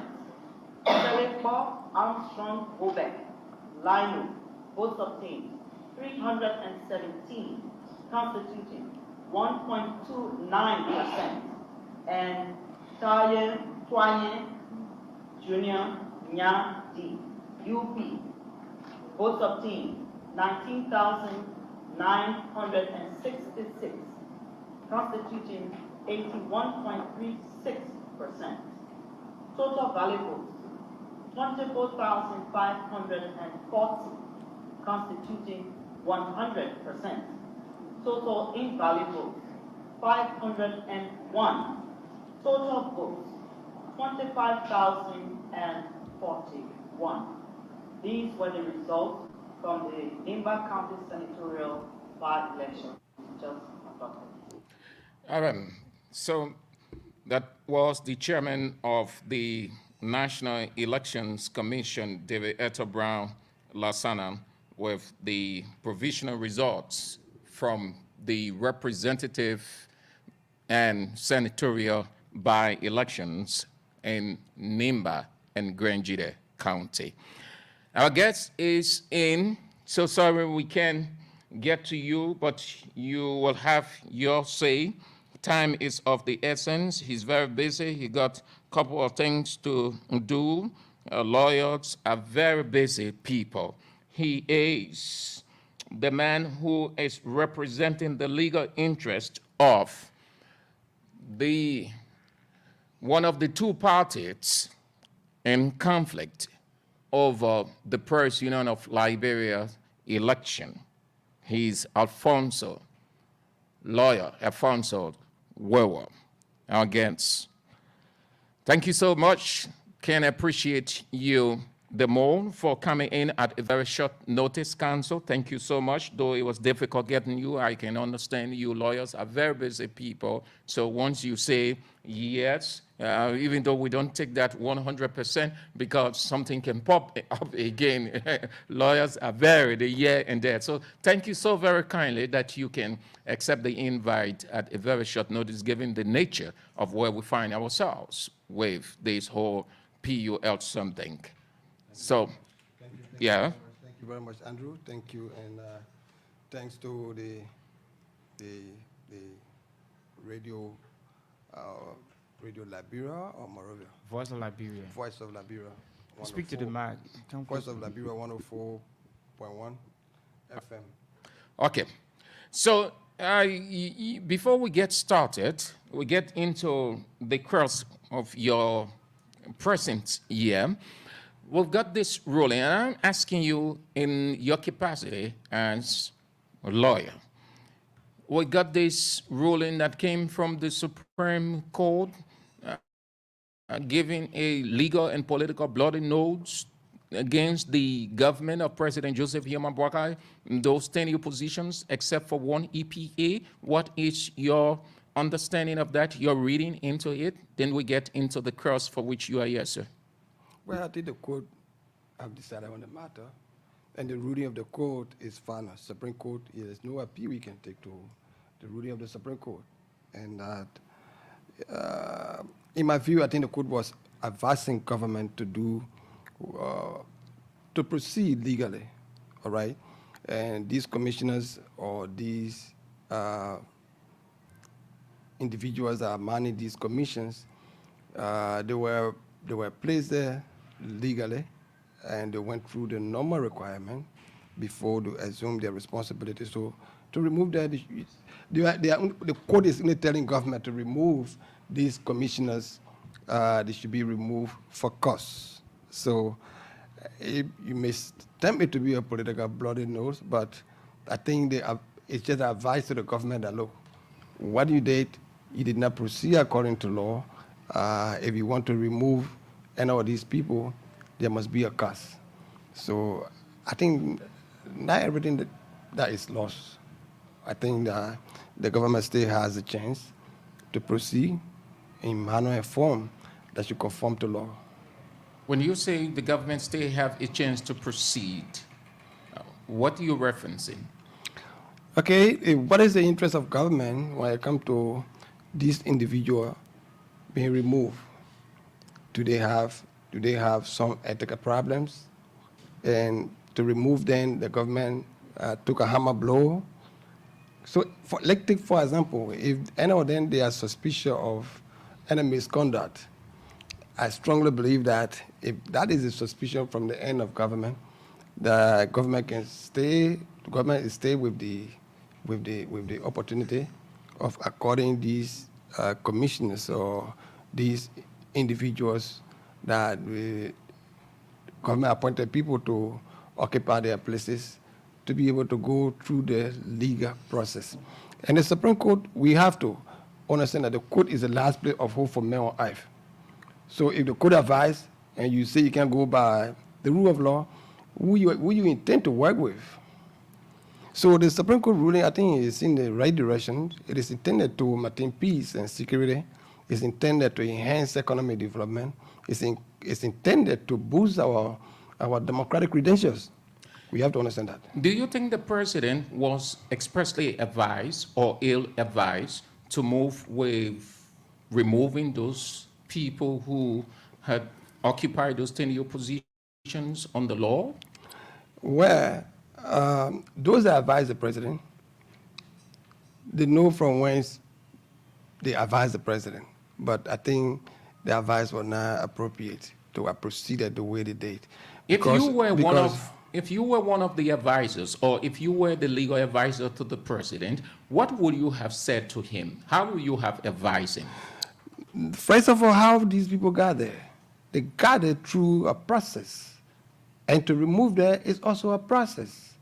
So it's not about mechanical stuff to say, look, we put you there today, you are hereby relieved of your post today. No. I strongly believe that the processes that led to them being occupying those positions should follow, because the law provides that you can remove them. But in your quest of removing them, you should remove them for a cause. For a cause.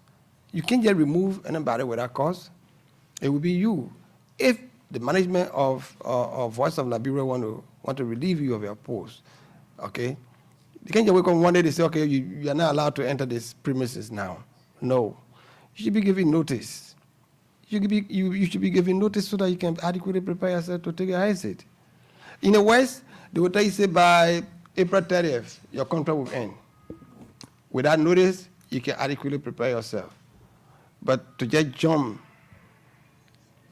from the blue sky and just tell somebody, say, you are here today, you're not here today, or tomorrow you will not be here, I think we have to understand that. And this is what the Supreme Court have even ruled the way it ruled, because we have to understand that, look, we went to school, we learned the same book, the same knowledge, like our friends. And our friends are using the very knowledge that we acquire with them in class. They're using it to improve their life, to improve their economy, to improve their security, to improve their country, to improve their democratic credentials. But we are using ours to one way or the other, sidestep issues. But I think the education that is offered, knowledge is widely expressed these days. So even if you learn in Bokanjide, if you had a requisite or qualified instructor to teach you, it doesn't matter where you got your education from. It doesn't matter. So the knowledge you learn should be used. I am deducing that you got a problem with how some of you guys, lawyers, interpret the law and advise expressly into certain issues or on certain matters. It's probably if the advice is coming from the background of being of politics, that the person did this yesterday, so we should proceed this way. I don't see how are we in fact going to do anything in this country. I'm a bit troubled by that. I'm not. The president has the right to appoint. Don't misquote me on that. Article 54 is very clear. All right? The right to appoint is exclusively presidential prerogative. So if the president is appointing, the advisor who is advising the president should take into consideration several factors, because the appointing power cannot be misused. So you don't make the president to understand, you don't make people to understand the president that he's doing, you don't understand what he's doing. That is a greater disservice that you will bring to the presidency. Remember, presidency is an institution. So the presidency needs to be respected at all times. And the presidency, the government, you should know that the government is the quotient of every nation, the standard by which everyone should follow. So if the government is slipping, then what will you expect foreign friends to do? This political question from the legal side, given all that has been happening, still happening around the presidency, the confusion, the appointments here and there, you think the president is fully in charge?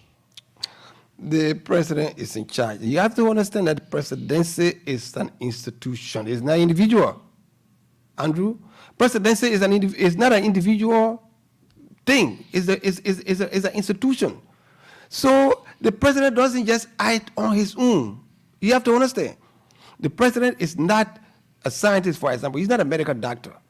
He's not a lawyer. He's not an accountant. He may be an agriculturist, all right? And he has a widest experience in that area.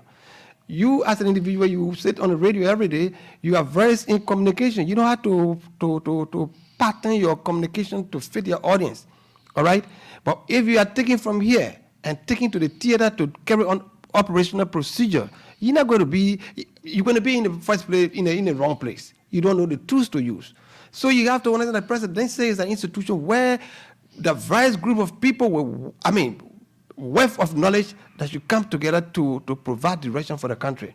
So if somebody is trying to use their professional education experience in order to advise the president, I think they should make their best and utmost best to help the presidency, because we know that when things go wrong, the president takes the blame, but the presidency needs to be respected and should be the last to take a decision that should be criticized.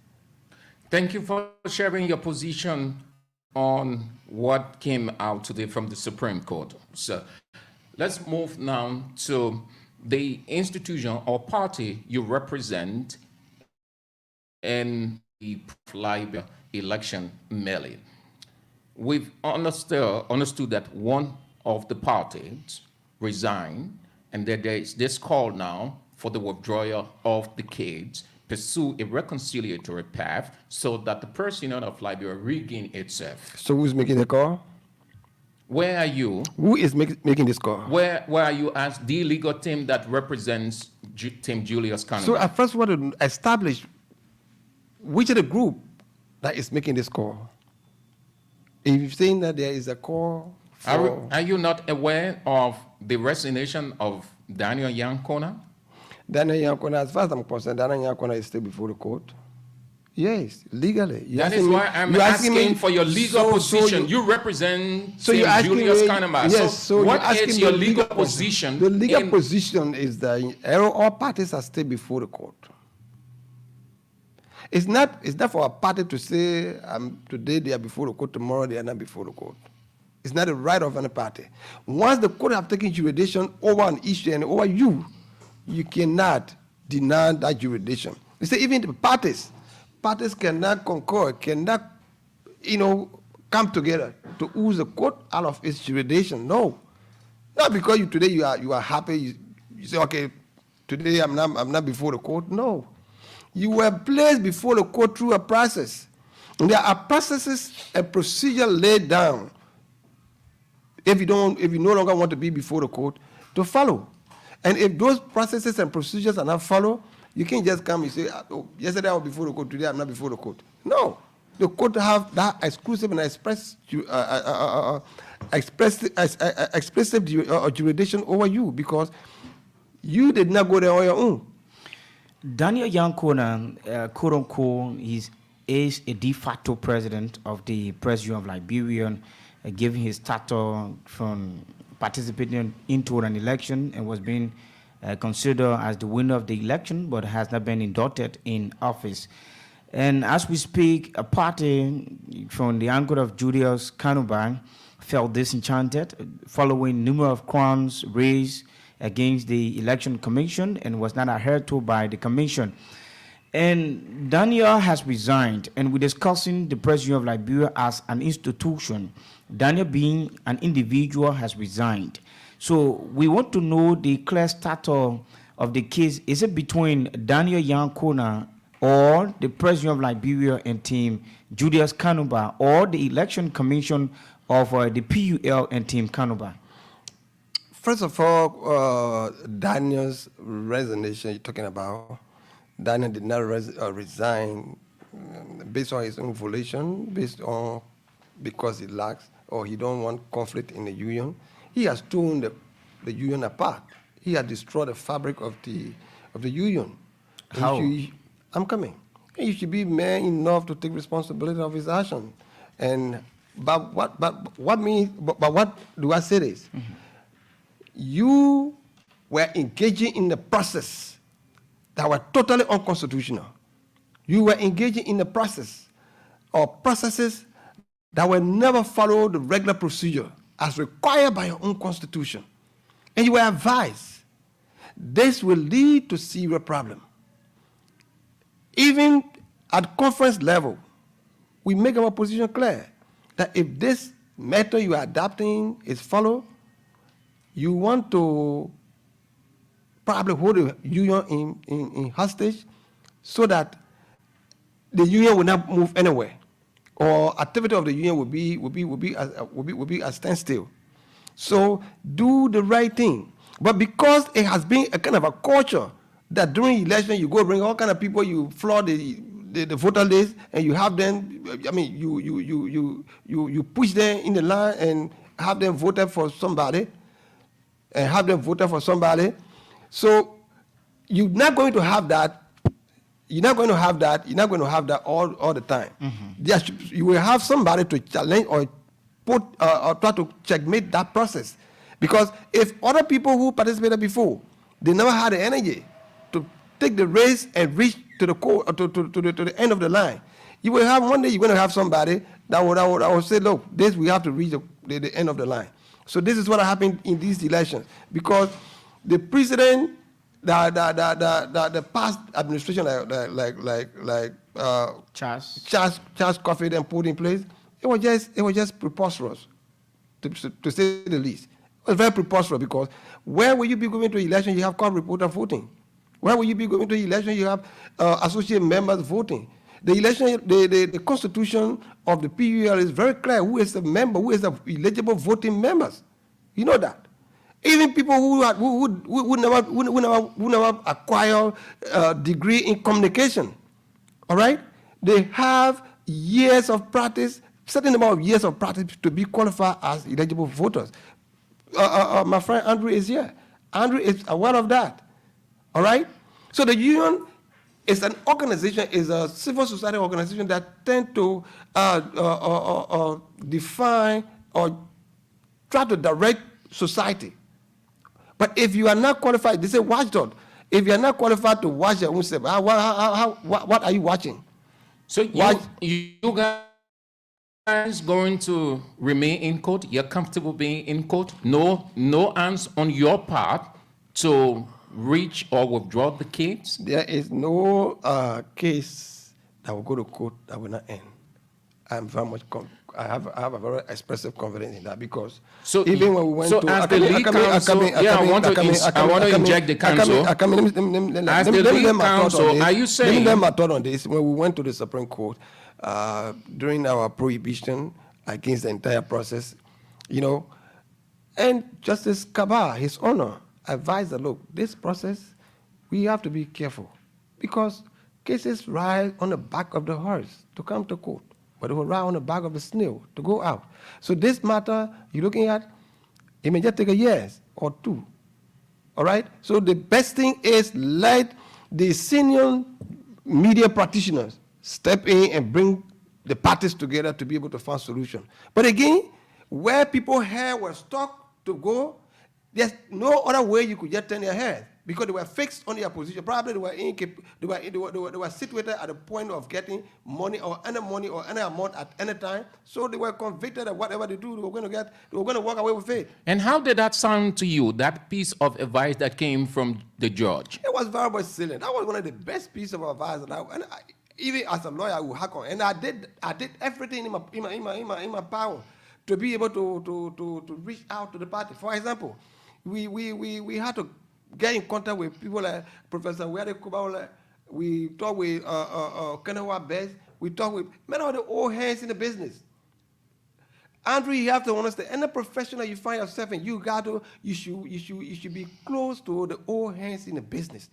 You can see the current administration, or this administration you're talking about. Nobody had due deference for any senior manager or senior journalist in this country. People were just running things on their own. And in fact, they felt that they are in control, so they had no time or respect for other people, to say the least. You look, institutions in America, if you went to America today, look, watch CNN, watch other Western media, or even or Middle East reporter. They have senior reporter or analysts who are in their 80s, providing their services to their country, because the media is a powerful institution. So if you are a young fellow who has just been put in position of the union to manage the affairs of the union, I mean, not everything, you have the power but you do not know all. You need to be advised. Similar to you were telling me about the president, okay? You cannot jump over everybody and say, I will do this because I'm the president. Look, when you're talking about your president, you have to understand where you draw your power from. Your authority comes from somewhere. Know that it is the people power that they gave you.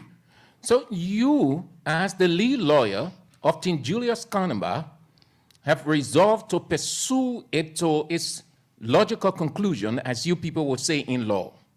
A logical conclusion, what does it that say? The law should take precedence. Is that you will not settle for any compromise, any reconciliation, any withdrawal.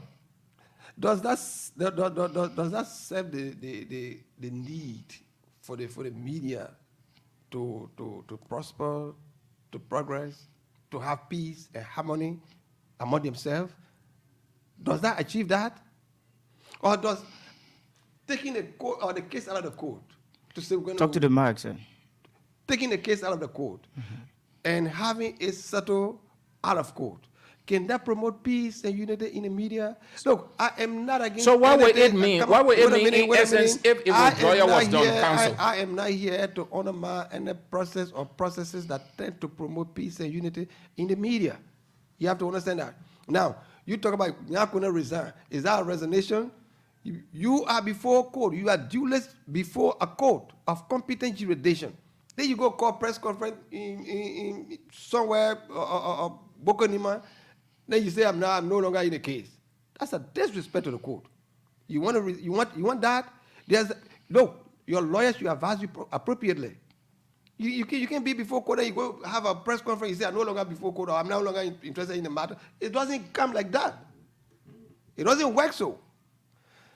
We want to go to Banga, and we go to Banga. Those that are interested in the matter, they want it to be resolved. We ask them for their suggestion. What are their ideas? We could tap into their ideas and make a plea with the court if their idea is sound, intended to bring harmony and unity in the media. We will hack on that and talk and plead with the court to give us the opportunity or to give those neutral or individuals. But isn't that the same thing? I'm telling you, when we go to Banga, what we will do. If people want to make an intervention, we will ask them for their idea. We ask them for their suggestion. And that intervention, you think that it should come from those you refer to as... you haven't telling me who are the people as those tap brass in the media. Are they the one you're talking about here? No, I'm asking you, sir. No, I'm asking you because when you said there are some concern or people, some group of people are saying that they want the matter to be taken out of the court. So I'm asking you, who are these people? Because if I get to know them, then, look, I don't want to estimate anybody who come to make peace. I don't underestimate anybody who come to make peace. But I will have problem with people who want to create problems for other people. Honorable Counsel, the Press Bureau of Liberia, it is an institution that is being governed by several other group of young men. And prior to the conduct of the election, the commission that was being set up to conduct the election was beheaded by few other young men and women. And there was this issue raised by Tim Kanumba about the voter roll being clean. And the commission on the election clearly spoke about cleaning of the voter roll, and they said they cleaned the voter roll. During the day of the voting, we saw a prohibition or a writ. It was being issued there. A rate of prohibition. Yeah, a rate of prohibition. And the election was being halted to up to 4 o'clock in the afternoon. Up to 6 o'clock. 6 o'clock, and we saw that the prohibition was being placed on hold, and the election was conducted based on the legal intervention of George Conto, and later the result of the election was being announced, and they said Kona won the election. So where are we? People want to understand, prior to the election, what was the actual, standpoints of Team Kanuba raising from the voter roll cleaning? But that is the crux of the whole issue. You have a voting processes that supposed to be followed, but then what is happening here is that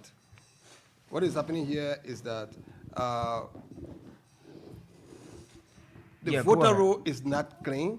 I just told you the Yeah. the voter list was flooded with incompetent and unqualified individuals. For example, I just told you, you have people who were cop reporters. You have people who are just mechanic working with some media institutions, and you have some people who are not even were doing things that were not related to the media, and you have all of these people on the road to go and vote. For example, you have were people. there a concern raised before Of the course, election? these are the issues that we raised, and the very committee you just named, they were conflicted to the core. But how will you be? And if you are conflicted, you are not in a position to make peace. If you are conflicted, you are not in a position to make peace. Because how will you be conflicted and be able to do that is right? It's not possible. Because we saw all of these as a driving force or a potential force that could just undermine the entire integrity of the union. And you didn't listen to us. You stay pursued to go to election. We filed a prohibition. Now I can speak on this because that is behind us. You follow an unorthodox practice to live that prohibition. And you had an election between 7 to 3 in the morning. Have you ever had election in that within that period of time? No. It's always 8 to 4. But you have an election in the night. Where you don't even account of, you can't give account of all those that came to vote. Maybe it was the given situation. Who created the given situation? Prohibition. The prohibition was intended to in fact stop the entire process. That was the intent. And if you have this, that was a legal instrument that was set on you, and you defied that instrument, all because you felt that you are at the helm of the union authority, so you could not take instruction, or you could not even abide by the instruction of the court. And you went on to do what you wanted to do. So where are we now? If you are the one that will undermine the process, you want to blame the peaceful party that will go to court, anyone who is aggressive must reserve or has the right or reserve the right to go to court. Due process should always be followed. And I don't think that Tim Kalimba the error by going to court. I would disagree with anybody. So give us the clear picture and understanding about the prohibition was being adhered to and the election was conducted regardless of the time. But we still saw supporters of Julius Kanuba voting in the election. No, I didn't see that. Out of the result, out of the election result. I don't see that. You didn't see that, but there was an election result was being called. No, the point here is that, look, my friend, we have lived in this country, okay? Mm-hmm. I was living in this country. You didn't see, but you were told, weren't you? No, I was not even told. I know that. Why wouldn't you try to find out when you heard that? That was all over the press council. I know my. As a lawyer, could you listen to what I mean? You have adduced evidence from that. I am aware. Okay, you are aware. I am aware that my client team did not participate in the process. I'm aware of that. And that is the reason why we're challenging. How are you aware? How did you know that they did not participate? Because we filed prohibition. So we filed prohibition. The issue here, Honor Counsel, are you dragging Daniel into the saga because he is the vice president on a corporate? You just told me that. On a corporate position. I'm coming, Counsel. You just told me that he is a de facto president. Yes, given the election result. But he's supposed to be a de facto president. Considering the election result to be non-eval. Considering the election result to be non-eval, considering at the moment to be the vice president, is that the standpoint of Tim Kanuba raising issues and considering Yankwana to be a part? We don't even have problems. Or it should be Tim Kanuba and the Elections Commission. Julia's team don't have problem for Kuna being a vice president. We have problem with the process or the processes.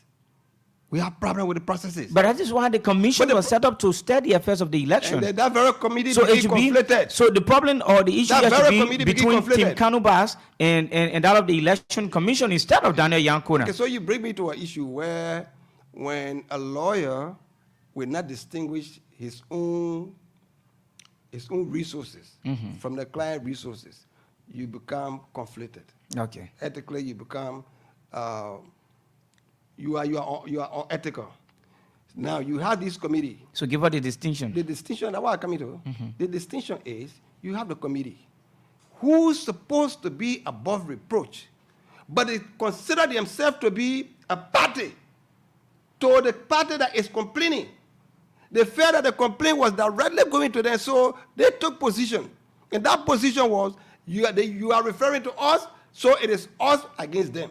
So which position they took now? They took the position of, they saw the entire process that they are the one that Julia was, your team, Julia were kicking against them. So were they engaging you directly? I met with them in conference. We had conference almost for a whole day. Yeah, meeting with them in conference while come from the backgrounds of them being the head of the union. But so if you have, if the election commission has a problem, you should the commission need to be above reproach. The committee, the election commission, for example, you cannot accuse election commission and say, okay, say you have accused her, we'll see how you participate in the election. That's not their place to stop anybody. All right. So that was the position of Daniel Kona. Having election at night it was an instrument of exclusion to the detriment of Team Julius. And that should not be. Look, if you continue this tomorrow, I'm sure you're going to be the next victim. They didn't conduct. I can show you that. They didn't conduct the election in the night because they had their own will. I was because they had their own will. I'm telling you, the election was conducted based on the prohibition that was being filed. That's lawless. And there was some hearing they were going through, and the process prolonged. That was it lawless. took from 8 to 4. Your constitution does not provide that. That was lawless and reckless, in the highest order. And that should never work within this professional organization. This professional organization should be the one to get direction. All right? You providing leadership. All right? You providing directions. And you be the one. What is the moral ground where you stand up to be able to criticize national government? If you can't even abide, you cannot honor your own constitution. On what basis are you going to pour your mouth on politicians? I found that to be very much incomprehensible because you can't be a watchdog of the society. Your own guideline, your own constitution, you stand to violate every norm. So, counsel, given what you've said is true, very significant, but what can you say or advise, given that the union is in this thing, we're going to almost 2 years now. How you feel, let me put it that way, how you feel as the person representing the legal interest of one of the parties? How you feel 2 years, going to 2 years now, and your reference is good. Actually, the union can say anything. It can checkmate any government institution, can checkmate any politician because it has lost its relevance. So how do you feel representing the interest of Tim Julius Kanaba for such a long time seeing the union going through? I agree, yeah, a long time, but this is not happening in isolation. How I feel is that my personal opinion on this matter, it doesn't matter. What is required on this matter is the rule of law to be followed. That's my view. Rule of law should be followed. And as long as the union, as long as the union can stay in such a situation, 3 years, 4 years, 5 years, 6 years, it doesn't matter to you. All you need, the law should take precedence. I just told you what matter is the legal process to be followed. And there are several ways legal processes can be followed. You have to understand that. Somebody could come and express interest in the matter and can make application before the court say, look, Your Honor, this thing is long, it has lingered on in the court, so we want to make some intervention. The court will grant that intervention. That's part of the legal process. All right? You, Andrew, you can go before the court and you make an application if you want to intervene. Motion to intervene. You have the ground to intervene because you are a member of the union. You are a member of the journalist community. You can make an intervention. But all of you people, you sit and think that somebody special got to do that. When you are a member of the umbrella organization. So is that what you are indirectly advising them to do? I'm not advising. Or you just insinuating? You asked me what needs to be done, and I'm just telling you that. Because earlier you would not portray it as the way you're saying it now. No, but you asked him how do I feel the matter being lingered or in a court? And I'm telling you, my feeling is that the rights of everyone should be respected. In fact, not because I'm representing Team Julius, the rights of Kona too should be respected. How can it be respected? They should follow the very constitution that governs the union. You cannot trample upon the constitution. Then you say you want to crowd with somebody, violating your right. When the instrument that guides the conduct of every party, you are the architect of violating that very instrument. Then you want for somebody to look. Let me tell you something. If you want to be respected, Andrew, respect other people. If you want to be protected, protect other people. You want security, you got to provide security for other people. All right? You cannot violate everyone's rights and you say you will go to bed and sleep sound. Why? You can't sleep. Council, if you want to be respected, you should respect others. Of course. There have been several other hearings on this matter since September of 2021, if I'm still to be corrected, since the election. And after the prohibition, the Supreme Court... It should be around November. November, okay. So there was some hearing in Banga and later the Supreme Court in Monrovia. Would you mind just briefing us on how the activities of those various hearings have been like? Yeah, the various hearing has been so far encouraging. After the reckless violation of the electoral process by Team Kona and the rest of we just might put after the violation. You have to add reckless. Maybe reckless because if you would disregard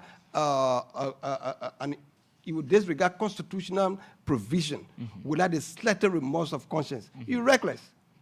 You're reckless in the highest order. And I won't change that for anything. So after the reckless disregard of the rules governing the conduct of elections, in Banga we filed a prohibition, and it was somehow manipulated, and it was lifted.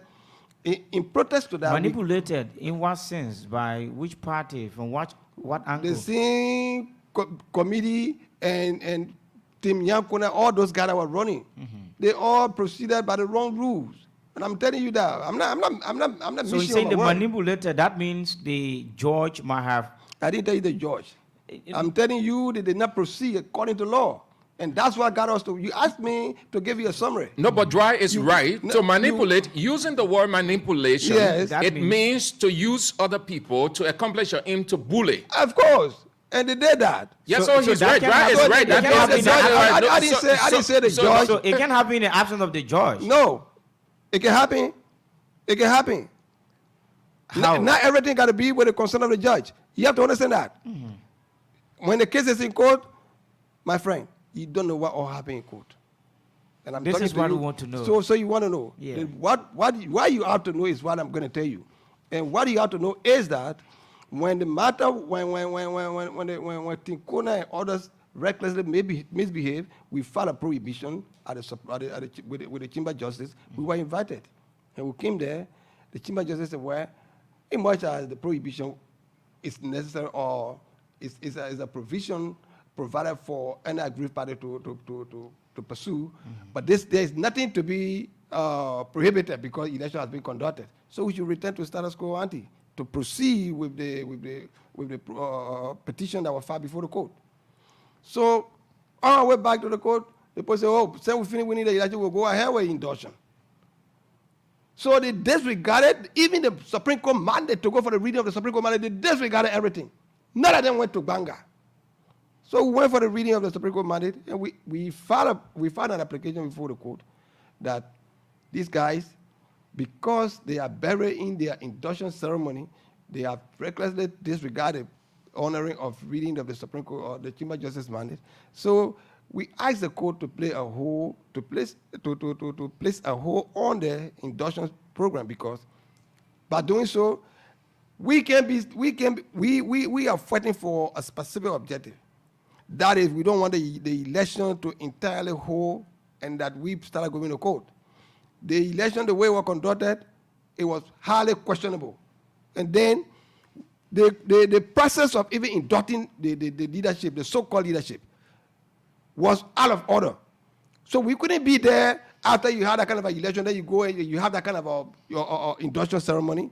We saw people printing all kind of invitations, blah, blah, blah, blah. Okay, so we placed a hold on that. They came back to the Chamber of Justice, where when we appear, may peace be to his ashes, his honor, Joseph Nangwe, we appear. When we appear, then they ask us, is this what happened? We said no. But because these people were even to go for the reading of the Chamber Justice mandate, they refused to go because they felt that now that they have had this kind of a copious decision making in the electoral process, so they wanted to go and have induction. So we asked the court to play hold on the induction ceremony until the matter of the petition is settled. So when the matter of declaratory judgment is settled to declare the rights of every party, now if you're talking about induction, you can go on. So they took us back to the Supreme Court, and when Justice Nangbe did not hear from us, and immediately he lifted the stay order. So we had to file a bill of information before the Supreme Court bench. We went through it, and when we went before the Supreme Court bench, they said Justice Nangbe, peace to his ashes, by lifting the stay on the induction without hearing from us. Because when he reached that decision... Did he do it deliberately? Of course, because he should have given... So do you see anything there like they were forming a code? I don't see. It was just something to compromise.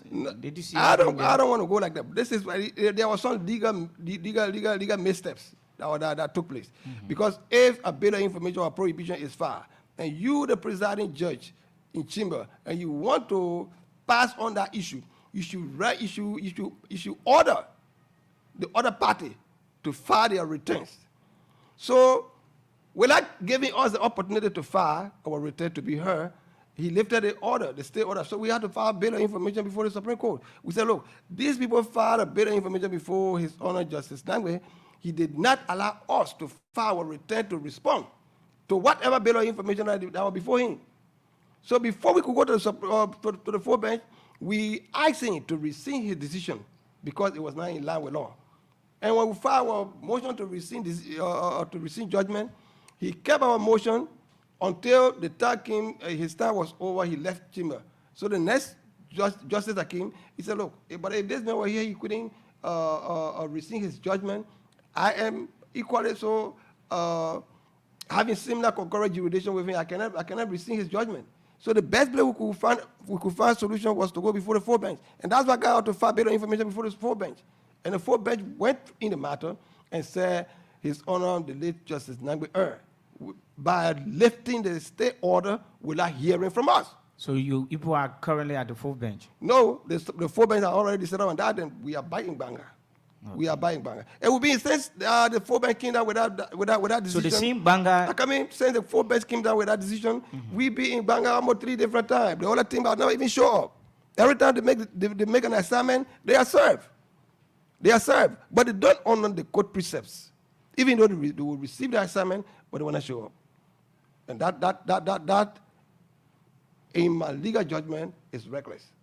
So are you also here giving us the mandate that was being ruled by the court in Banga, putting your prohibition to halt? What was the communication? Stay order on the induction. And what exactly was the statement? That the statement was that the court was ordering a stay order on all further proceeding on the PUL electoral process until a petition for the declaratory judgment can be determined. And who's to do that declaratory? The court is to pass on it. We filed a petition for declaratory judgment. That is the basis of the whole issue we're talking here. No, I understand it now. My concern here is, after you file in your prohibition and the judge adhered to your prohibition, right? The thing here is, I want you to It was give not a us... prohibition. The judge has erred to us that there was nothing there to be prohibited. We went on prohibition for the first time. His Honor Justice Kabat told us that there was nothing to be prohibited, so he could not grant the prohibition. He didn't even issue the rate. I mean, prior to the election, Right. the very day of the election is what I'm discussing, that because... was a preliminary injunction you're talking about. Okay, the injection, right? So after the judge Contour, is it Contour in Banga, right? Right. He received your injection. His Honor. His Honor. He received your injection. I want to know, can you give us the clear picture on the mandate or the state order that he placed, or the communication earlier he gives you that who have given you, you know, the attention or focus that this case or this matter will be looked into. Then all of a sudden at 6 o'clock, there was another communication that came out and giving the election commission the authority to conduct the election. That's what I want to know. What was actually the communication serve you, and what did the communication say? And later, before 6 o'clock, the election, what you were being served another communication citing you for the election? Yes, what we asked for and what was given us was that we asked for a prohibition on the entire electoral process, and that was granted. And the party was selected to appear on Monday. Monday. Right? And Monday, given the fact that Monday was far ahead of the weekend, they said if they deem it necessary that it would be waited until Monday. Who deem it? It's the party. Not the court. But the court has already issued both parties a document that a state order on the election. They asked them to file their war. They are resistant to the prohibition that was filed. Okay, or the preliminary injunction. But then they went on to seek the lifting of that injunction. So when they lift that, that's why. On what basis did they lift the injunction? Because if you file an injunction. Is this where you said earlier on that there was a manipulation in the process? Manipulation by the party, by the opposite party, by the average party. Yeah, but the injunction was being lifted by the court. That gave them the authority to have conducted the election. And we didn't even see that order. That order was never served for us. That's what I'm saying. So the fighter, they could even conduct election over the weekend when we have placed an injunction, and they went on to host or conduct the election far before Monday when we were to appear before the court. It just speaks of, I mean, some unscrupulous dealing that went on, because the law required. Look, the legal process is not done in secrecy, my friend. If you carry my complaint to Andrew has every right to attach your complaint to his instruction or inquiry from me to say, look, Joe Brown has written against you. You say he got this issue with you. This is his complaint. Please respond to it. That's how the court is. The court play by the sunshine rule, not by the darkness rule. Counsel, all of those technical and legal issues are understood, well laid out by you as expert in that area. What's the way forward? The way forward is Banga. The way forward is Banga. We have to go to Banga. And in Banga, we think matter will be resolved. You think? Yes, I think. But you don't want it resolved. How would I think I don't want? You say you think. Yeah, the it's matter will be conditional. resolved. I think the matter will be resolved. But you're not too hopeful. Why? I went there to seek resolution to the matter, to the impasse that we all are faced with. So when you say you think, explain that. My thing is that the court is very competent to make a decision or determination on this matter that will give relief to every one of us. That's my But somebody has to move. But that's why we are moving. Whether with or without them, we are moving. And your move is In the to interest of the resolve union. it by withdrawal. By withdrawal, we should be you asking whether the petitioners should be withdrawing the case. Really? So many. So what is the informing factors? Yeah. The question is based on resolution, you concede to that you want it resolved. Yeah, that's what legally resolved. So you had earlier said that anybody can move and make a motion. If So you, feel you injured, want. So Andrew, let me ask this question: Are you injured? Are you injured you by want this anybody? case? Are you injured by the delay of this case? Counsel. Are you injured by the delay of this case? You were called in to explain everything, and you have explained.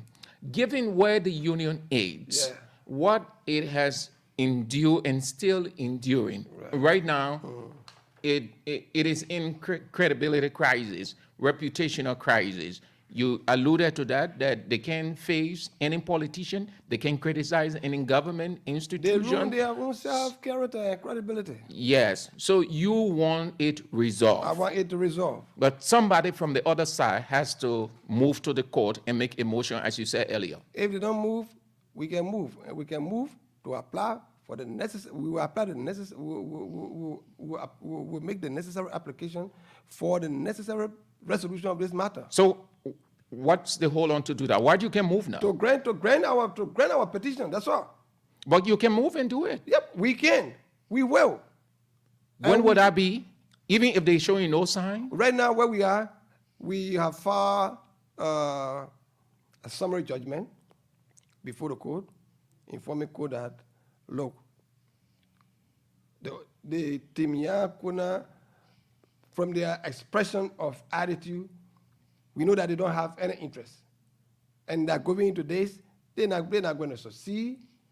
Evidence of their frequent absences from the court assignments being made, they have not even recognized or acknowledged that the court is one of those institutions that we all should respect. All right? The lawyer don't go there, the client don't go there. Only we, my team and I, we go there. We go there, we take the time, we painfully take the time to be able to satisfy the requirement of the law. Yeah, so you want to swallow the bitter pill, yeah, so we take full responsibility, we pass summary and then judgment, it's we off. pass summary judgment that, look, let the court rule in favor of us because people are not serious. Or So- the court should rule in favor Of of you course. people. Yeah, but- that everything you brought against Are you them. serious? They are not serious, so we'll pass summary judgment. But then that is not reconciliation. You don't want anything settled. Listen to me. Reconciliation, it depends on where you sit. The matter can be reconciled or can be resolved through the court. Reconciliation. But if the court rule, let's take it hypothetically, counsel. I can't respond to hypothetical issues. If the court, I can't respond am to- saying, I am using the hypothetical situation. It is your responsibility to answer whether you can answer in a rhetorical or hypothetical matter or situation. If the court rule in your favor, what will you have gained? What will it mean for you? The next time, when the rights of Andrew and the likes are trampled upon, they will seek the path through the court process. So you will have gained justice, victory. We will also be putting precedents in place. That's what you want. We want precedents. Come on, you can't be reckless everywhere, man. Things should be controlled. Honestly. So, that. Honorable Counsel, it's interesting to know that in recent time, the de facto General Secretary, Akwe Bisa, appeared on one of our news platforms, and he started to appeal, to stakeholder of journalists to see reasons of getting to Team Kanuba, so as they can appeal to Team Kanuba. In as much Daniel Yankona has filed in his resignation to the union, not to the court. You hold that. Daniel has resigned from the union. You hold that. Counsel, I'm coming. No. Counsel, the fact that you said Daniel has resigned from the union, it doesn't mean that he has resigned from the case. No, he's that's before what I'm the saying. court. He has resigned from the union. That But he means stayed before the court. That means the resignation of Daniel Yankonan has places the position of Akwe Besa being the head My friend, of the union, that entire arrangement stating is his preposterous. position as an assistant secretary general from the regime of Charles Coffey and a de facto general secretary who won the election but has not been inducted into office that has sparked up this confusion. He was earlier here appealing to stakeholders, journalists, to appeal to your team. But then he went far as saying he see it being very difficult for Team Kanubas to accept the appeal to go into this matter. But he wants an extension of his word to Team Kanubas so they can have a dialogue on this situation. So if the Secretary, Besa, will come out openly and appeal to Team Kanuba liquor team so as to they can have this issue dialogue. So what is tomorrow they can just go to the court and have it withdrawn from the court. Will the liquor team of Julia Kanuba agree? So what is the appeal is he making to the young Kona team? What is the appeal? Before appealing to us, before appealing to Team Julius, what is the acting Secretary General appeal to his own team? What appeal is he making? He is considering Daniel out of the picture right now, and considering him to be the head because Daniel has resigned from the union. So given his position currently, he is the head of the union. So being the head of the union, he don't want who makes in the hair? Who makes in the hair? So as far by administrative proceeding, he is the head. Where do you draw that theory from? The administrative proceeding? Yeah, where do you draw that theory from? Is it in your constitution? Okay, no, the administrative proceeding. No, I'm asking you. Is that in your constitution? You will not have to speak directly from the constitution. But you got to go by your own constitution. By administrative proceeding, no. The president is the head of the union. It should be provided for. Charles Coffee time got the authority of the president is defined by your constitution. It's defined by the constitution. And how people ascend to power, how people ascend to or get into power through the union, the processes and procedures are laid down. We are getting the legal standpoint, we're getting the legal standpoint. But we are looking at the union leadership position where the president, the de facto president, has resigned, or quote unquote the vice president who automatically took on from Charles Coffee has resigned. So where does the union stand? You are not even a president. Need to say resign. So they are saying that a vice president now. So he was the vice president he resigned in his capacity as vice president, but legally he's before the court. So, counsel, you got to face a legal battle. Counsel, as far as your legal knowledge is concerned, and as far as you know literally, there is not a leadership at the Press Union of Liberia of the Press Union of Liberia. I will agree with you. No leadership? Do you have one? Tell me. You will answer the question. No, I'm asking you. Is there a leadership? I just told you. No, counsel, wait now. The question Dry asks you is border on that. I can understand the rhetoric you try to put in it. You don't want to come straight. But given what I'm sensing of you, you recognize no leadership at the Press Union of Liberia. I don't even recognize Julia to be the leader. So the union is on autopilot. Whether you say autopilot, whether it's spring power, I don't know. As far as I'm concerned, right now the union is at quagmire. No leadership. There's a quagmire in the leadership of the union. No leadership at all. I'm telling you, okay, let me put it this way. Probably you will understand me better. The leadership of the union is a purgatory. What did you say? I said the leadership of the union is a purgatory. Oh, purgatory. Right. Okay. You understand that? Yeah, I know. Very powerfully, right? Mm-hmm. Okay. So, purgatory is a place that people are reserved. If you will take my word, or if that's the word that you are using, I know that word from a theological standpoint, a place that people are reserved until a specific time then. So is that what you're saying, that these people are just sitting there, but they don't have any legitimacy? They don't have any authority? But you know that. I don't have to tell you that. What is the legitimacy that people bring to power or to the office of the offices that they occupy? They don't have. And we cannot give them one. So as far as this thing isn't resolved, as far as this matter is going to be resolved, what are 2 years, 3 years, 4, 5 years? No, I can assure you that it will not be within the next at most within the next three months. This thing will be behind us. 3 months? Yes. But 3 months, long time. Okay, but counsel. I'm just calling. Why can't you say 2 weeks? So you're doing nothing right now as a lead lawyer. What do you have to understand? I don't want to be so optimistic that tomorrow it's going to be over. If it is not over by tomorrow, you say, "Oh, but counsel can lie."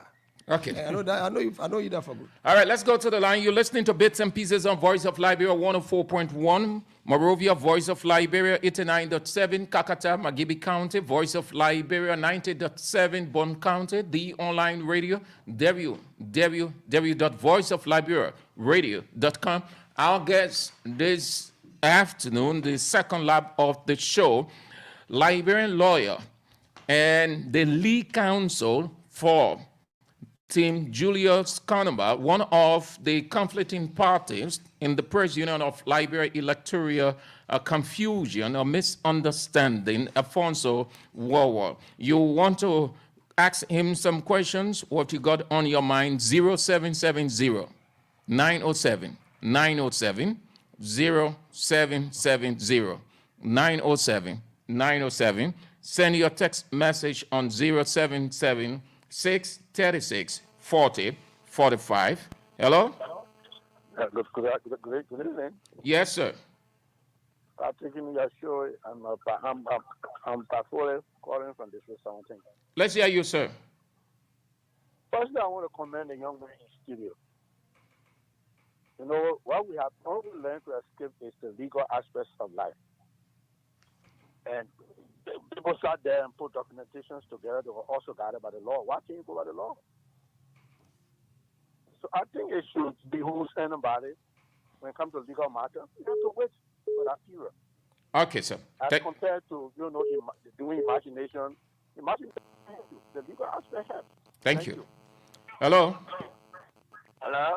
Yes. What is your name and where you call from? I'm Tama LOSP and I call from Sogwinik. Let's hear you. Yeah, I think the legal counsel there explained everything. It's not, stopping the people from doing what they're supposed to do, but let the legal process be followed. I think that is all he is trying to say. And I believe let us live according to the law. Because once we live according to the law, we'll be able to respect one another and then do things according to how we want it to be like. Thank you. Thank you for calling. Have a nice day. 0770 907 907 0776 36 40 45 0886 673 922. Lone Star, for those of you who are using Lone Star, 0886 673 922. Lone Star, Celcom, 0776 36 40 45 0770 907 907. Send your text message on 0776 36 40 45. It will be read. Call 0770 907 907, and the counselor will answer your question on the show Bits and Pieces on Voice of Liberia 104.1, Voice of Liberia 89.7, Kakata, Magibi County. Hello?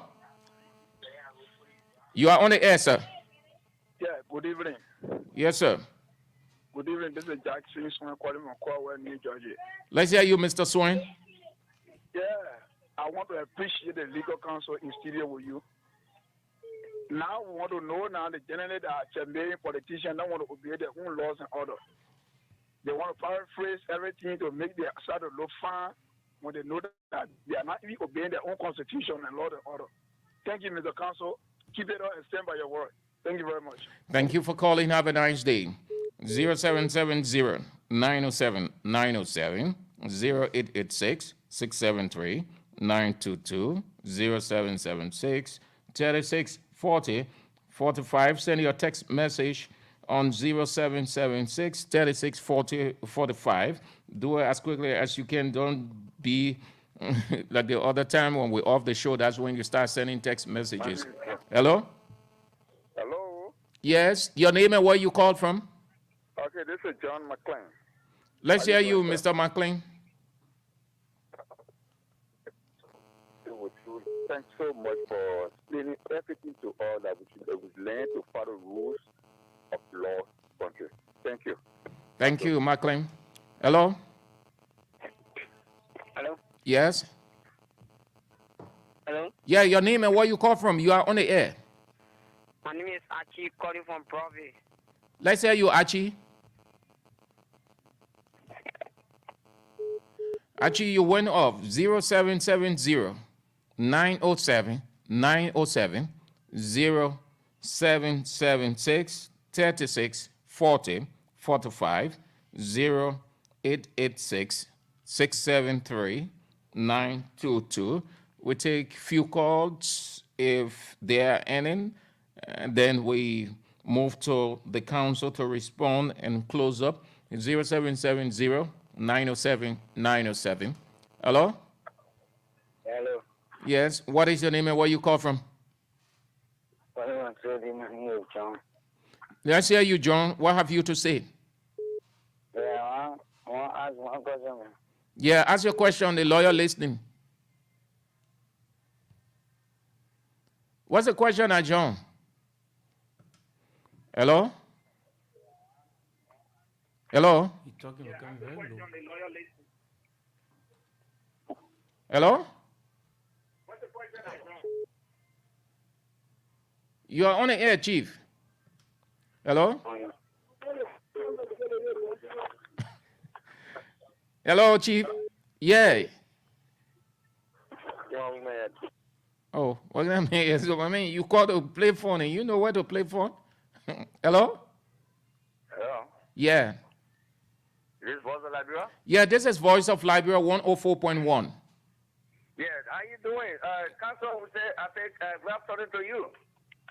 Good afternoon. Thank you for the discussion. But my question has to do. First, my name is Abraham King. I joined from Kakata, Maigiri County. My question has to do with council is the in favor of your team. What would be your reaction? Thank you. You want to come back with that question? You were cracking. We didn't get the beginning of it. Can you hear me now? Yes, sir. Yeah, my question has to do with, I'm asking the councilor whether if the case does not go in his favor, that is for his team, what would be a reaction? Thank you. Thank you so much. Okay. So that will be doing it. We've got the news coming up at 6, Council. You can respond, and that you can include your closing serum. This one. Hello? Hello? You are on the air, Chief. Hello? Okay. All right, Council. Okay. The long question that was asked is by Abraham, what would I do if the case does not go my way? The point here is that the first thing I will tell you, a good lawyer will tell you that not all cases lawyer can win, but you should be convicted of your client costs. And I strongly believe that the costs of my clients in this proceeding were violated, primarily from the union-owned constitution, the guideline governing elections within the Presidency of Liberia. Lest we forget, for the purpose of clarification for your listening audience, I'm not just a lawyer, but I come from the journalism background. Okay. Okay. I practiced as a media practitioner from 2003 to 2009. I think. And then you are suffocating your own union. No, I'm not suffocating. I'm trying to dispense justice to my own union. That's what it is like. And through all my practice, I was very much, I was circumspect on what I wanted. And in similar situation, legal, on the legal field, you should be convicted. You have some conviction for your client costs before you can even go out to defend them. If your client don't have merit, you need to advise them in-house before they can go to court. And I can encourage, and I cannot pursue or meritorious cause because you have money or because you're my friend or because I know you. No, I don't do that. That is against my profession. If you don't have it, you don't have it to your side. If the law is not on your side, it's not just there. Okay, we should learn to accept what is right rather than forcing the right on our side. So this is a legal question we have asked the court to do for us. What is our right under the PUL Constitution when the constitutional provision is clear that before you go to election, only qualified members, eligible members, are to participate in the process. And people who are not members, people who are not qualified, court reporters, you talk about people who are not even associate members, they all are participating in these processes. And our constitution does not provide this. So we are participating in these processes. What is our right when the other parties are bringing people that are not even part of the union or that are not qualified to vote, they are voting? What is our right? That is the legal question we're asking the court to decide on. And then I don't have to do anything about that. When the court make decision, he has made a decision. So the issue of what I will do is not, you have to understand that I am not a party to this issue to have to be able to act in form and manner that we tend to undermine the ruling of the court. No. Whatever way the court will rule, if we are not satisfied, we have remedy at law. We can go on an appeal. We have that to our side. All right? So in like manner that his may peace be to his arches, Justice Nagbe, the former manner in which he handled the bit of information that was placed before him by a Nyakuna team, the way he handled it, will I even give you all the due process to even be able to respond to some of those allegations that were made against him, and he decided to take decision. And we went before the full bench, and the matter was reversed. So in similar manner, if we feel that justice was not dispensed adequately, if we feel that there were some missteps or mishaps in the process or processes that we are having, we have the right, we reserve the right to go to the Supreme Court. I don't have to resort to any personal action or things that will tend to undermine. There are a lot of opportunities that are provided for under the law. If you are not satisfied in the lower court, that you can do. So that is that to my friend and brother Abraham from Kakata. That is my position on that.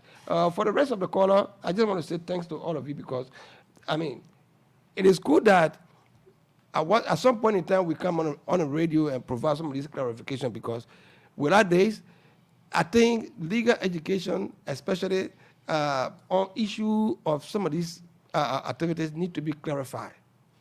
Many a time you go out down there or in the street or somewhere, you hear somebody say, if that is the case, I will do what I want to do, let it carry me to jail. I will do there's no justice. We go to court, I will spend money.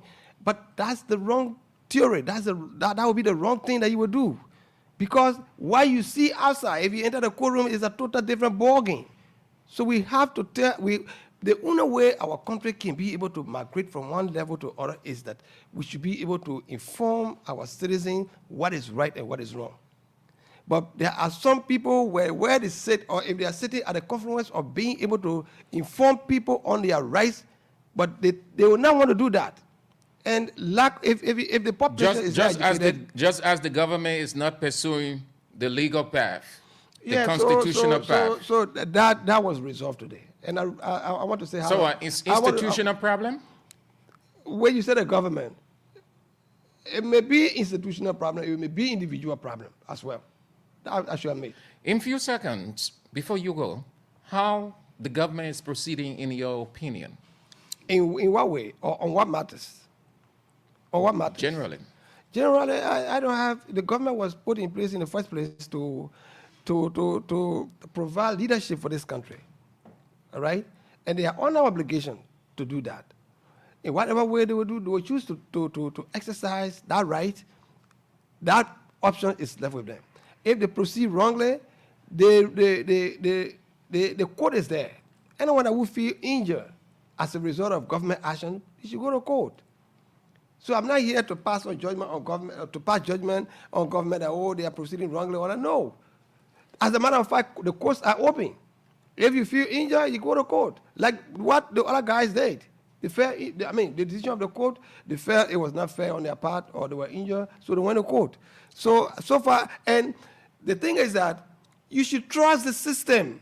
There must be some credibility given to the system, all right? So those that felt that they were illegally removed from their position or they were threatening to be removed from their position, they sought that they sought the intervention of the court and they went to court. And by going to court, they affirmed that they have trust trust and confidence in the system. Thank you so much, Thank Counsel. you so much, Thank you. Andrew. I Thank you. appreciate it. He's the man who is representing the legal interest of Team Julius Kanema. Before then, he will share his opinion on the ruling that came from the Supreme Court today, and he will close his presentation with that. We hope to have him in another time, say probably when everything is resolved, or exclusively politics. He is also a politician. Thank you. So that's all the time we've got to be on the show. We're back tomorrow if God permits. My name is Sam Andrews, Edwin Dry. On behalf of Edwin Dry, Patrick Sowers on the camera. We're back tomorrow. Shalom. Don't trouble nothing too much, you know.